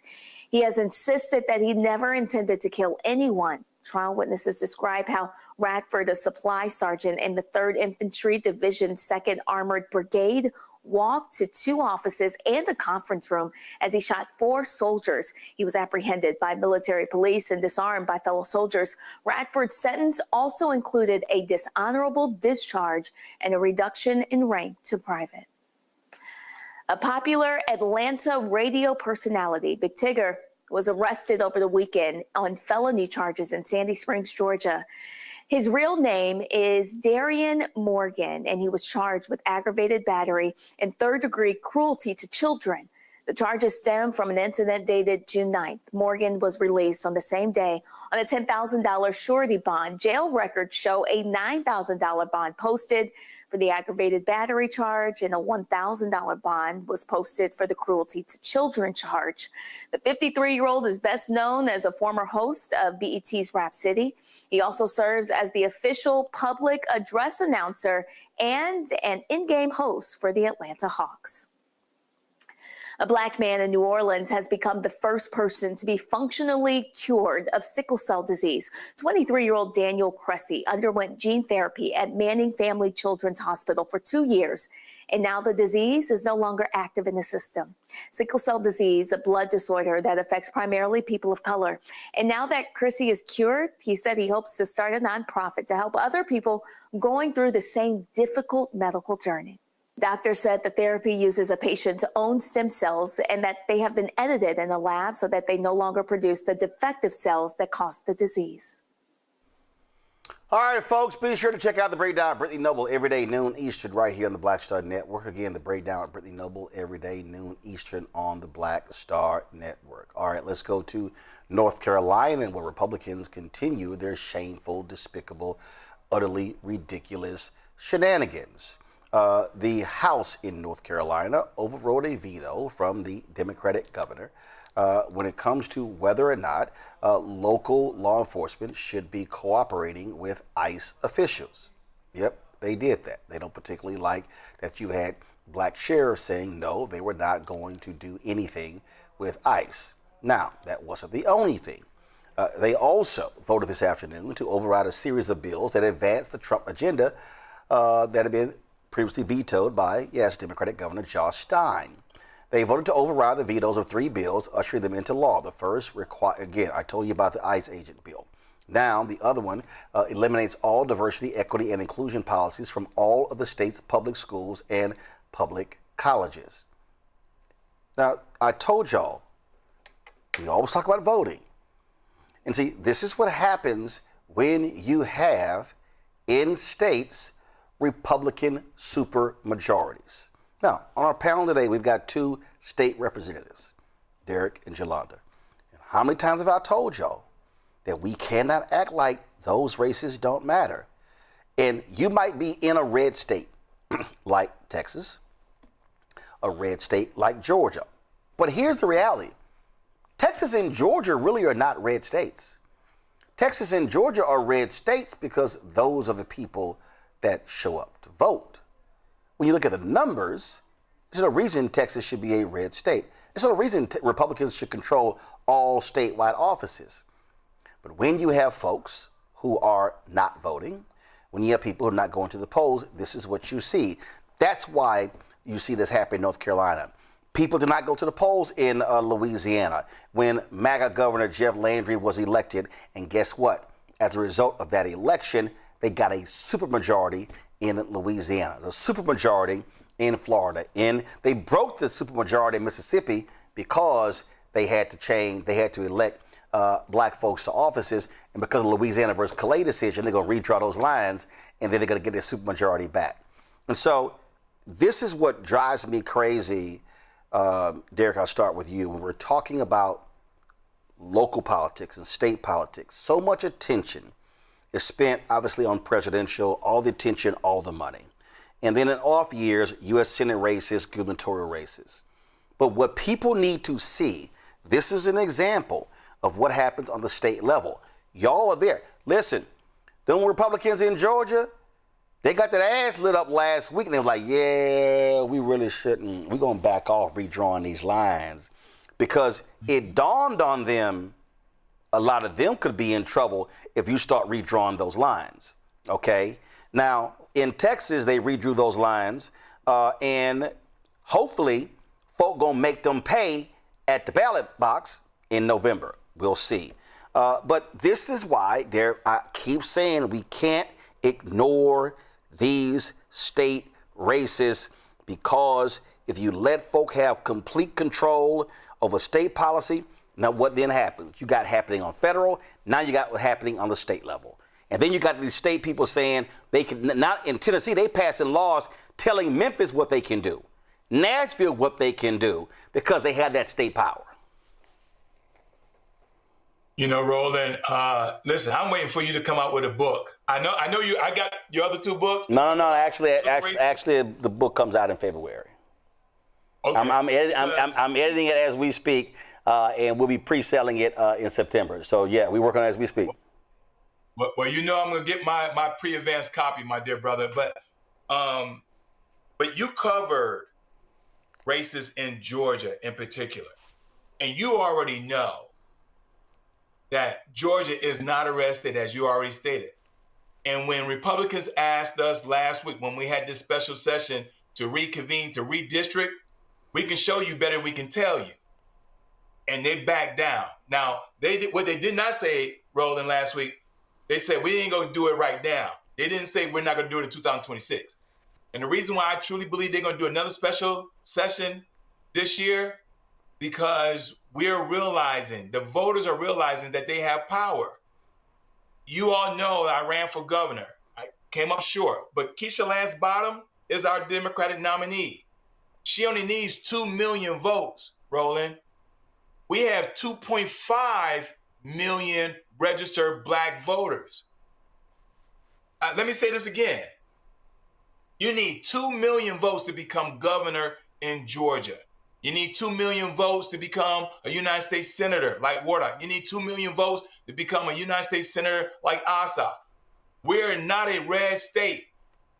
And so when folks say, Georgia, you're a red state, I said, no, we got 2 United States Senators. One's a black man, the other one's a Jew. It's about voter turnout. And I'm not saying we don't need our allies in our coalition, much like Texas.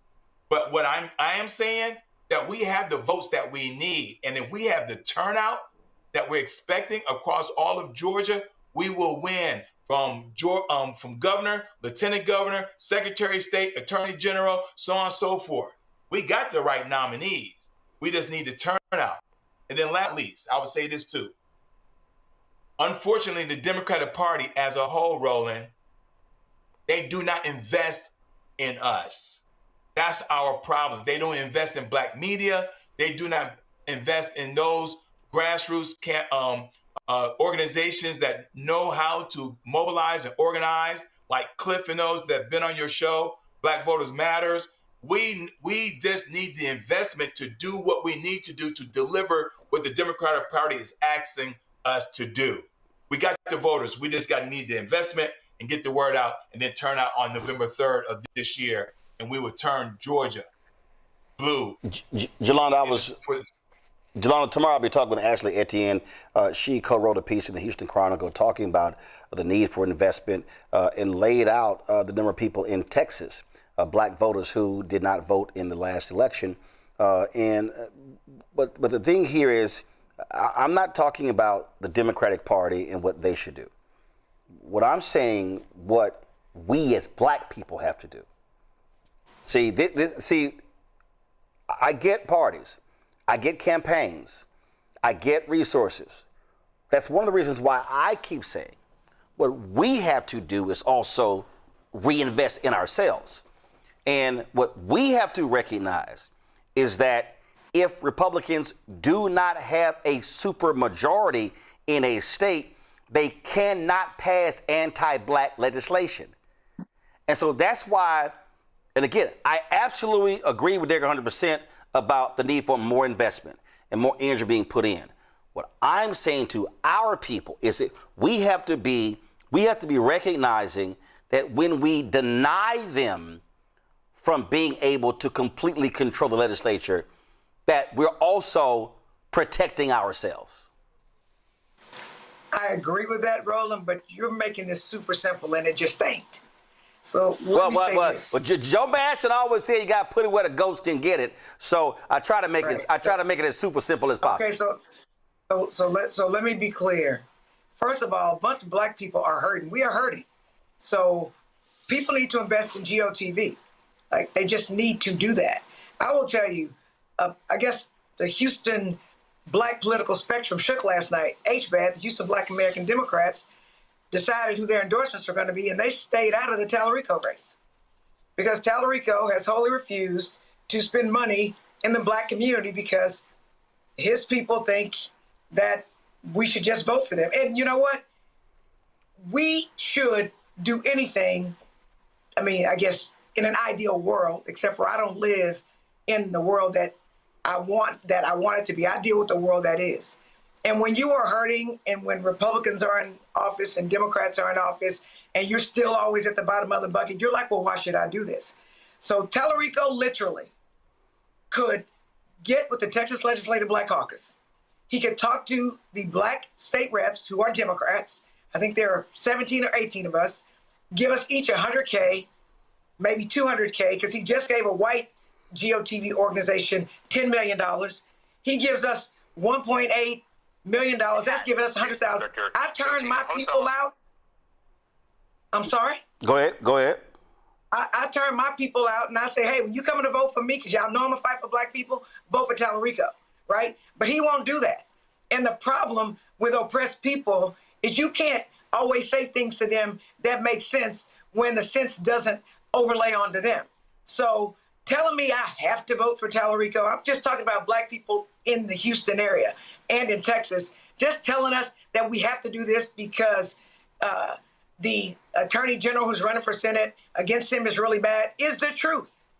He's terrible. But, you know, black people, I hear them saying, if Tallarico needs us and he's not dealing with us and talking to us, then if he gets elected, do you really think he's going to address black issues? And that's what black people need to hear. So, yes, you're absolutely right, Roland. Black people, it is in our best interest to get out and vote. But black people are sick and tired of being sick and tired of being sick and tired, and they want Democrats to invest in us and do GOTV, and we want to hear what you are going to do to help us. We're not trusting and just believing you anymore. We want trust and verification. It's that simple. The thing, Robert, and what I'm speaking about what ends up being the end result. Now, what has to happen, the end result is who wins on election day in November, not a primary. But what also needs to happen is pressure must be applied to those Democratic candidates, campaign managers, campaign strategists long before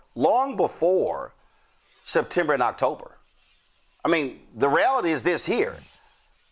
In Texas, Tallarico beat Crockett in March. That pressure should have been applied the next week.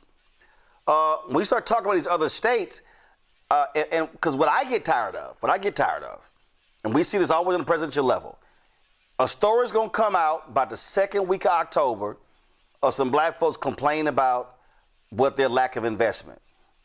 My deal is that conversation, the moment that nominee secures enough delegates, boom, that's when that conversation starts.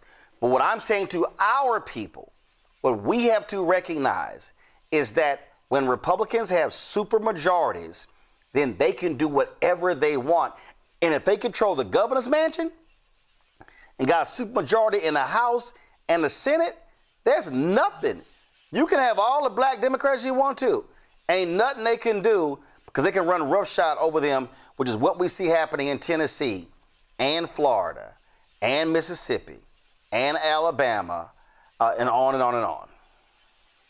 Well, you're absolutely right, Roland. I think this is the part of the year, this summer period before the midterm elections, where we have to have the conversation we have every election year to tell black folks that black issues are not radical issues. Again, black issues are not radical issues. We're the canary in the coal mine. We were talking about voting rights 4, 5, 6 years ago.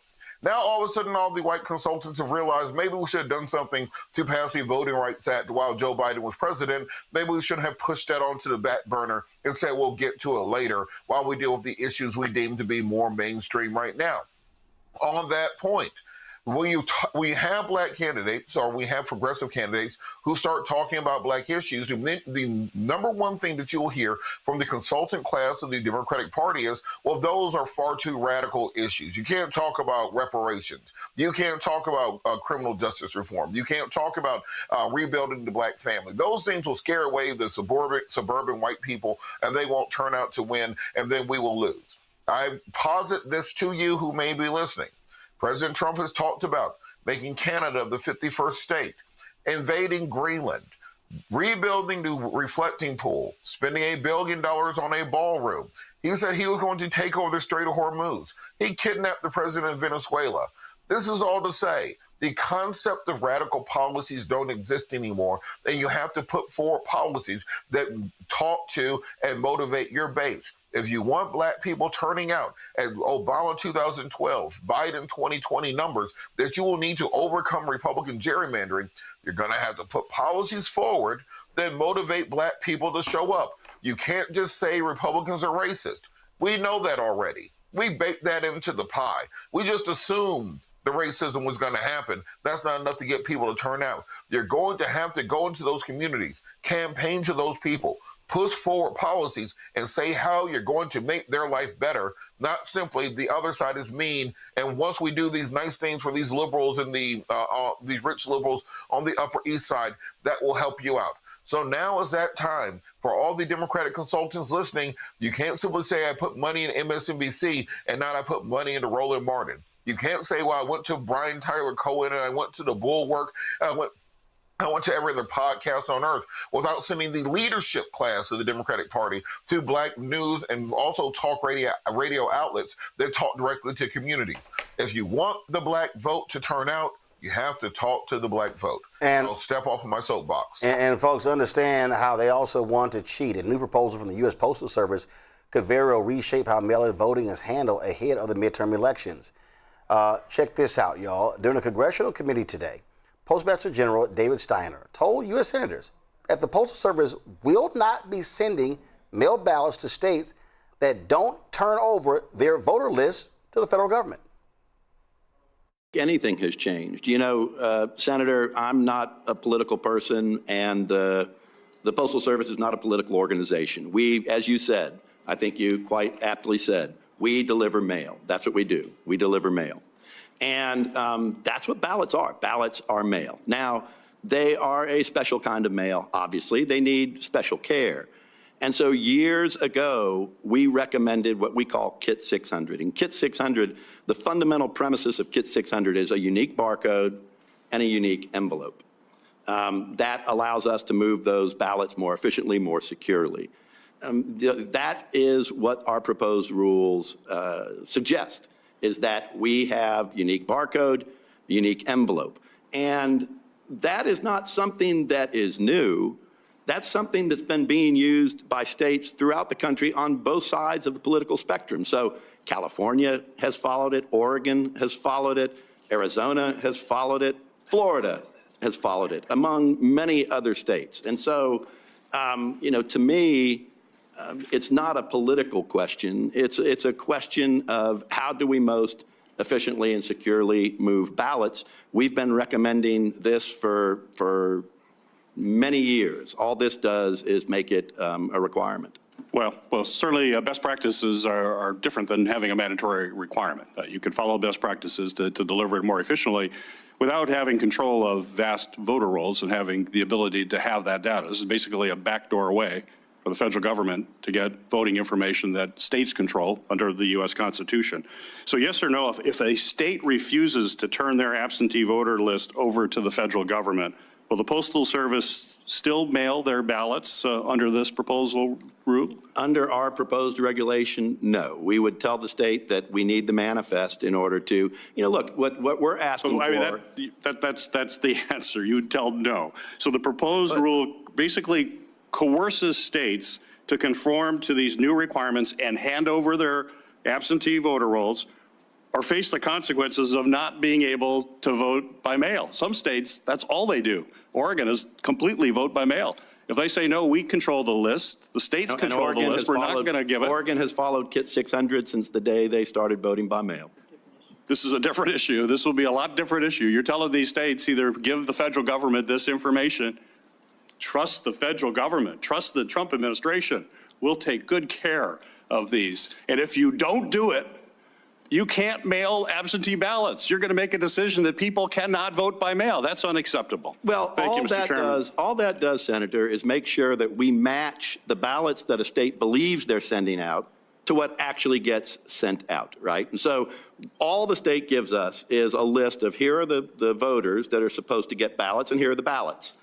We then compare the two, make sure that the ballots that are supposed to be sent get sent. If Maryland had followed that, they probably wouldn't be in the problem they're in today. So it is a much more efficient, a much more effective way to make sure that I would think that states would want the information to ensure that the ballots that they think are sending out are the ballots that are actually being sent out. Well, they do know what they're dropping mail. I think they can understand that. They think if they put an address with their voter rolls on a piece of mail for a ballot and give it to you, they do expect you're actually going to deliver it.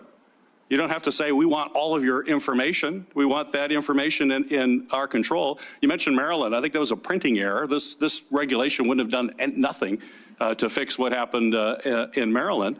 The states control their own elections. That's pretty clear in the Constitution. And an effort by this administration to nationalize elections and have the federal government having this information is incredibly dangerous precedent. You can imagine sharing this information with the Department of Homeland Security and using these lists for a variety of nefarious purposes. We need to protect the integrity of the voting rolls. We need to protect the separation of elections from federal government and ensure that our state and local governments are the one administering their own elections. That's what this is about. Well, we are the Postal Service. All we do is deliver mail. We're trying to deliver it securely, efficiently. Well, this is all about trying to steal the election, Robert. Of course it is. And the idea that they're pushing forward is ludicrous at its very basis, that the only way that we will deliver the absentee ballots to you is if you tell me everybody who is registered to vote and who they are registered to vote for. And don't worry, we'll just use it on the up and up, and you don't need to check into what we're doing it at all. on the federal system. The reason we have a federal system is each individual state is a laboratory of democracy. Each state, this is why you have an electoral college, which means the electors are who actually vote for the president and not the individual, because each state is who's voting for president, not the person. If you abdicate that and simply say that the that the federal government gets to determine who's allowed to vote, then you've eliminated our constitutional federal system of government and you've created a parliamentary system, essentially. So when they're talking about pushing through this SAVE Act, it's not about just ensuring that there is quote unquote election integrity. You're talking about destroying the constitutional foundations of what sets the American democracy apart from all other systems in the world. You're talking about redrawing the American electoral system. And the fact you have a president like Trump who is saying that I will not pass housing assistance until I have this should show everybody just how important voter suppression is. As Reverend Jackson told me for 20 years, when the rules are fair, the score is public, and everyone has an equal playing field, we win. This is why they're trying to change the rules under our feet, because they cannot win a fair fight against the American people. These people are thugs, Jolanda, pure and simple. And this is Trump. Thugs. This is Trump trying to use the Postal Service to get his way, because they keep getting their asses kicked in court, losing court cases over trying to secure these state voting rolls.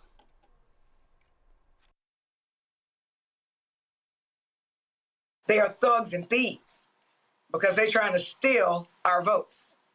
And, you know, I never thought I'd be saying this, but actually individual states have rights against the anti-Black federal government with Trump and his cronies. And he has managed to try to use every government agency to be the people that execute on his anti-Black agenda. And let me be clear, I don't trust the Trump administration with anything related to me. I don't trust the Trump administration with anything with anything related to people in my family who are immigrants, because they will be deporting people. They will be finding people to target like they did back with McCarthyism. That is what Trump wants to do. And he is using the Postal Service, or at least trying to use the Postal Service, to extort us from our mail ballots. And there are some people who literally can't go to the poll. The only way that they can exercise their right to vote is through the mail. And you are, I would argue, discriminating against some people who are disabled. That's against the United States Constitution. But Trump has never cared about the Constitution. He has never cared about us. And the reason why Republicans have targeted mail-in ballots is because Democrats in the past have been really good at using them and defeating Republicans. And if they control the Postal Service, then they can control whose votes get counted and whose votes don't, which is exactly why each state needs to control its local election, and they need to decide where the ballots are mailed to. And the federal government, the post office, needs to respect states' rights and mail the ballots to where the states say they should go. It's that plain. It's that simple. We will not have our votes taken by mail because Trump is trying to steal these damn midterm elections. Derek? So they want to do gerrymandering. They want to do the SAVE Act so women don't vote. Now it's absentee ballots. Let me just tell you who used the absentee ballots here in Georgia. 75% of those who use the absentee ballots, military, the disabled, senior citizens, and college students. Let's just break this down, Roland. And so you want to, they want to negatively use the Postal Service to require voting rolls, our private, sensitive information, so they can strategize to negatively impact the military, senior citizens, the disabled, and college students. So they're trying to cheat the win. There's nowhere in our society where we explain my 7 children, my 4 daughters, my 3 sons that play sports, that you got to cheat to win. So here they are in broad daylight. But again, Roland, I'm going to say this till I'm blue in the face. They prescribe this, is all in writing in Project 2025. So they're openly telling us in our face what they're going to do. The question is, are we going to allow them to do it? Well, That's the question. Well, speaking of allowing, dumbass Donald Trump he's so desperate for his voter suppression bill, the SAVE Act, he chose to cancel a signing today of a bill that will tackle housing in this country that was passed huge numbers in the House and the Senate. That's right. Republicans and Democrats were preparing for this big signing. And then he said, no, I ain't coming. I ain't coming until y'all pass the SAVE Act. And the Republicans are like, dude, we don't have the votes for this. What the hell are you talking about? So we can't sit here and pass the SAVE Act. The votes are not there. But he wants this. He's used this tactic before, saying that he was not going to put up a couple of his nominations. First of all, he pulled the confirmation here for the Director of National Intelligence for the very same reason. And so this set off fury all across Capitol Hill. Here's this idiot explaining why he did it. Every election is important. We're doing very well. They want a lot of communists to come in. I'm saying it a little bit differently, but the people that they're pushing are communists, and this country is not going to have communists. Thank you. Is your move to cancel the housing bill going to work? We're staying, guys. We're holding. I think we had a really great meeting, and we're very proud of the party. We like our leader. We like everybody really in the room. I don't like a few people, but that's okay. I think you know who they are. Who are the ones? I'll give you that information someday. But for the most part, we have a really well-unified party. And I said it very strongly. We have the hottest country anywhere in the world. We're the most powerful, we're the smartest, we're the most respected. 2 years ago, we were a laughing stock all over the world. We had a terrible group of people representing us. Every leader, just lift G7, every leader, and we had a lot of people in addition to G7, as you know, came. Everyone said, what we've done in a year and a half is a miracle. We're the hottest country in the world, and we want to keep it that way. We have more factories being built right now than we have at any point, at any time in the history of our country. And all of those factories are opening up soon. It's all jobs. And our job numbers are incredible anyway. I see that oil just broke the $70 number. Who would have thought that was going to happen? And that's during the war. And Iran is being very nice. They're agreeing to everything that I want. And they have to. Otherwise, we just go back and do what we have to do. Now, Mike Johnson, the Speaker of the House, pretty much a weasel. This is what he had to say. Yeah, my reaction is, the truth of the matter, I spoke to the President for 20 minutes before I went in and gave that rousing speech to the House Republicans this morning. He and I have talked about this a lot. He has expressed the priority and the preference of the Save America Act. We share that. We passed it 3 times in the House. The latest version was passed a few months ago, and it has proof of citizenship to register to vote and the proof of showing a photo ID when you show up to vote. Basic issues that 90% of Americans agree. 70% of Democrats think you ought to have a photo ID to vote. And citizenship to vote in an American election is already in the law. But we have to enforce it because you've got a few blue states that don't do that. The President believes in election integrity. He talks about it all the time, and we do as well. In act and deed, we have stood for that. We've passed the Save America Act again. Here's this. Let me finish this. This is very important. That is the top priority, because if you do not have safe elections in this grand experiment in self-governance that we have in a constitutional republic, you don't have anything. And we've got to ensure it. We have to press for election integrity measures. That's why we've made it a top priority. It has been stuck in the Senate, and here's why.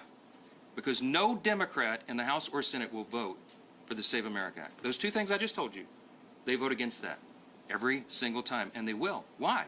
You ask that. That's a rhetorical question. You should go ask them the actual question. Why? Are you against proof of citizenship and a photo ID? Why is that? They can't give you a cogent answer. The reason is they do want to allow for cheating and fraud in the elections because it is the only way that the Marxists can win. They cannot win on their ideas. That's why this is so important. The President is to us. So how does that tie into housing? He's laser focused on Save America Act, as most common sense Americans are. Oh, that boy lying. That boy lying his ass off. That's what he's doing. He's lying, Robert.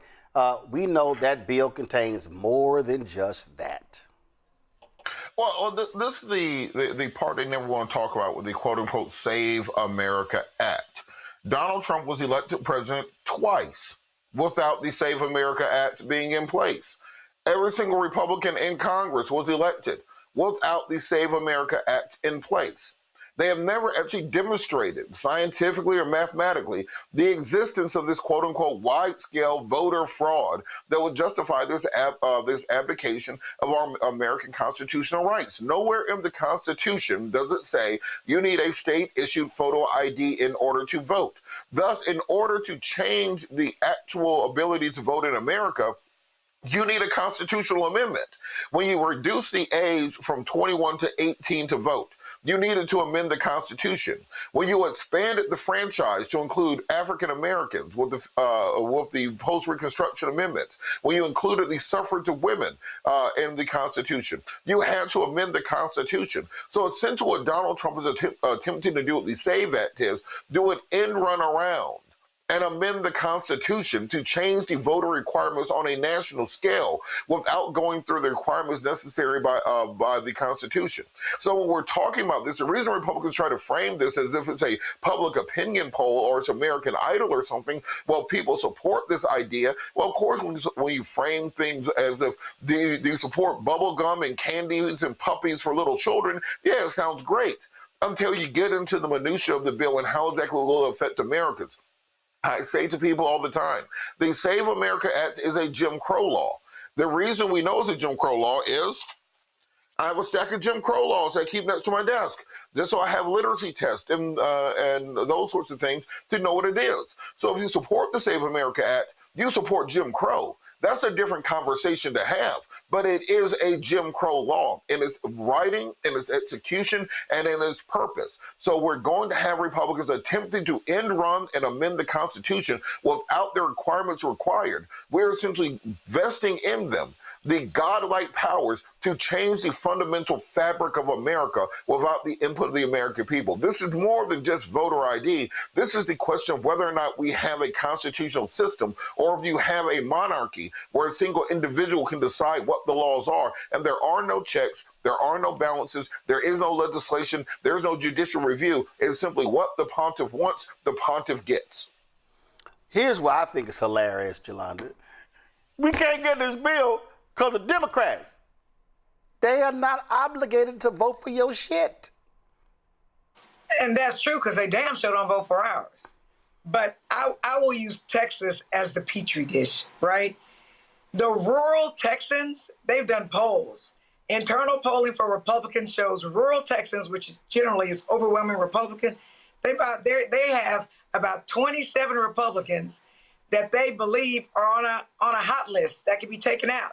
And some are endangered. There's 15 of them. So the Republicans are going to take the Republicans out in Texas, is what I believe. And it's because Trump continues to do these. Affordable housing issues are not just affecting Democrats. They're affecting Republicans and Democrats because it's not affordable. So when you are stopping bills that pass 85-5 in the Senate and 358-32 in the House, Republicans are listening to their constituents, at least in this issue, and they are voting their constituents' issue. And so just because Trump has talking points and idiots like Mike Johnson repeat them does not make them true. 70% of people are not asking for voter ID laws for IDs. That's a lie. We got people in Houston that use their light bills. Some people don't have IDs. Some people weren't born in hospitals. My son was born in Europe. He has a certificate of birth abroad. That's not an ID, like that they are saying you have to use. And so they are whining. We're not falling for it. And I'm hopeful and I believe that Trump is pissing off enough Republicans that they are going to be the people that turn on him. That's what I believe, especially in rural areas that are solidly Republican in Texas. And if that holds true across the country, I think that Democrats will take back the House and we'll be able to stave off all these oppressive and I think pre-Jim Crow laws they're trying to take us back to. Well, all them broke-ass white folks who voted, I see they crying all over social media. We ain't expect all this. You should listen to black people, Derek, because we tried to tell you. Listen, not only did we try to tell them, but we told them that this was going to happen. We told them this was going to happen, but everybody kept saying the same thing. Well, we survived this first term. We should be able to survive his second term. And I keep telling them, the second term is not like the first term. The guardrails are not there. Congress are MIA, missing in action. They're not effectively doing their job. They're not doing the oversighting as they should and putting the checks and the balance back where they need to be in that Oval Office. Here are the 2 points I'll make, and I'll just get off of my soapbox. The SAVE Act is wrong to begin with. Roland, you and I both know that 72% of the women that get married in this country, they change their last name. In the SAVE Act, when you read the devil's in the detail, it says that you need to have the same name that's on your birth certificate. That negatively impacts women, white women, black women, Asian women. So the SAVE Act is wrong on its face. 27% of our population, Roland, have a passport. That's it. So that means the documents that they're saying that validates if you are a citizen of this country, the birth certificate and the passport, that's going to impact a significant number of urban, suburban, rural, white and black, old and young.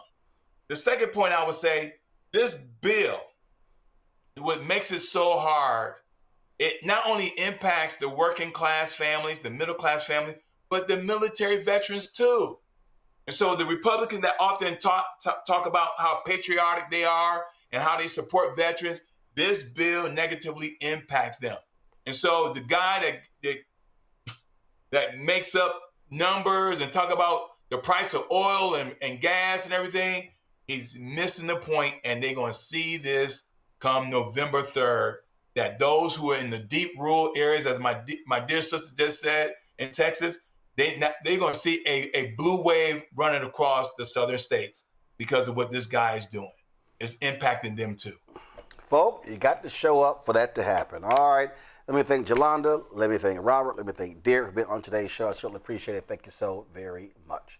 All right, folks, you see I'm sitting there rocking the Southern University, the Jaguars polo, so I want to shout out Southern University in Baton Rouge. All right, folks, that is it for us. Don't forget to support the work that we do. Join our Bring the Funk fan club. Your dollars make it possible for us to cover the stories that are critically important. If you want to contribute to our show via Cash App, use the Stripe QR code. You see it right here. Use that also for credit cards as well. Checks and money order. Make it payable to Roland Martin Unfiltered, P.O. Box 57196. Washington, D.C., 20037 0196. Come on, switch it. Thank you. Come on, y'all, wake up in there. PayPal, R. Martin Unfiltered, Venmo, RM Unfiltered, Zelle, Roland at RolandSMartin.com, Roland at RolandMartinUnfiltered.com. Download the Black Star Network app, Apple phone, Android phone, Apple TV, Android TV, Roku, Amazon Fire TV, Samsung Smart TV. Be sure to get our Roland Martin Unfiltered swag. Get the swag at shopblackstarnetwork.com. Shopblackstarnetwork.com. And so again, we got hats and T-shirts and hoodies and all that good stuff. So again, you got get all of that. Go to shopblackstarnetwork.com. Then of course, all the products you see in our studio here, these products are available at shopblackstarnetwork.com. These are all black-owned companies, and so be sure to go there as well. Folks, download the app fan base. Follow me at Roland S. Martin, and we certainly appreciate it. That's it. I'm going to see y'all tomorrow right here, Roland Martin Unfiltered on the Black Star Network. Holla!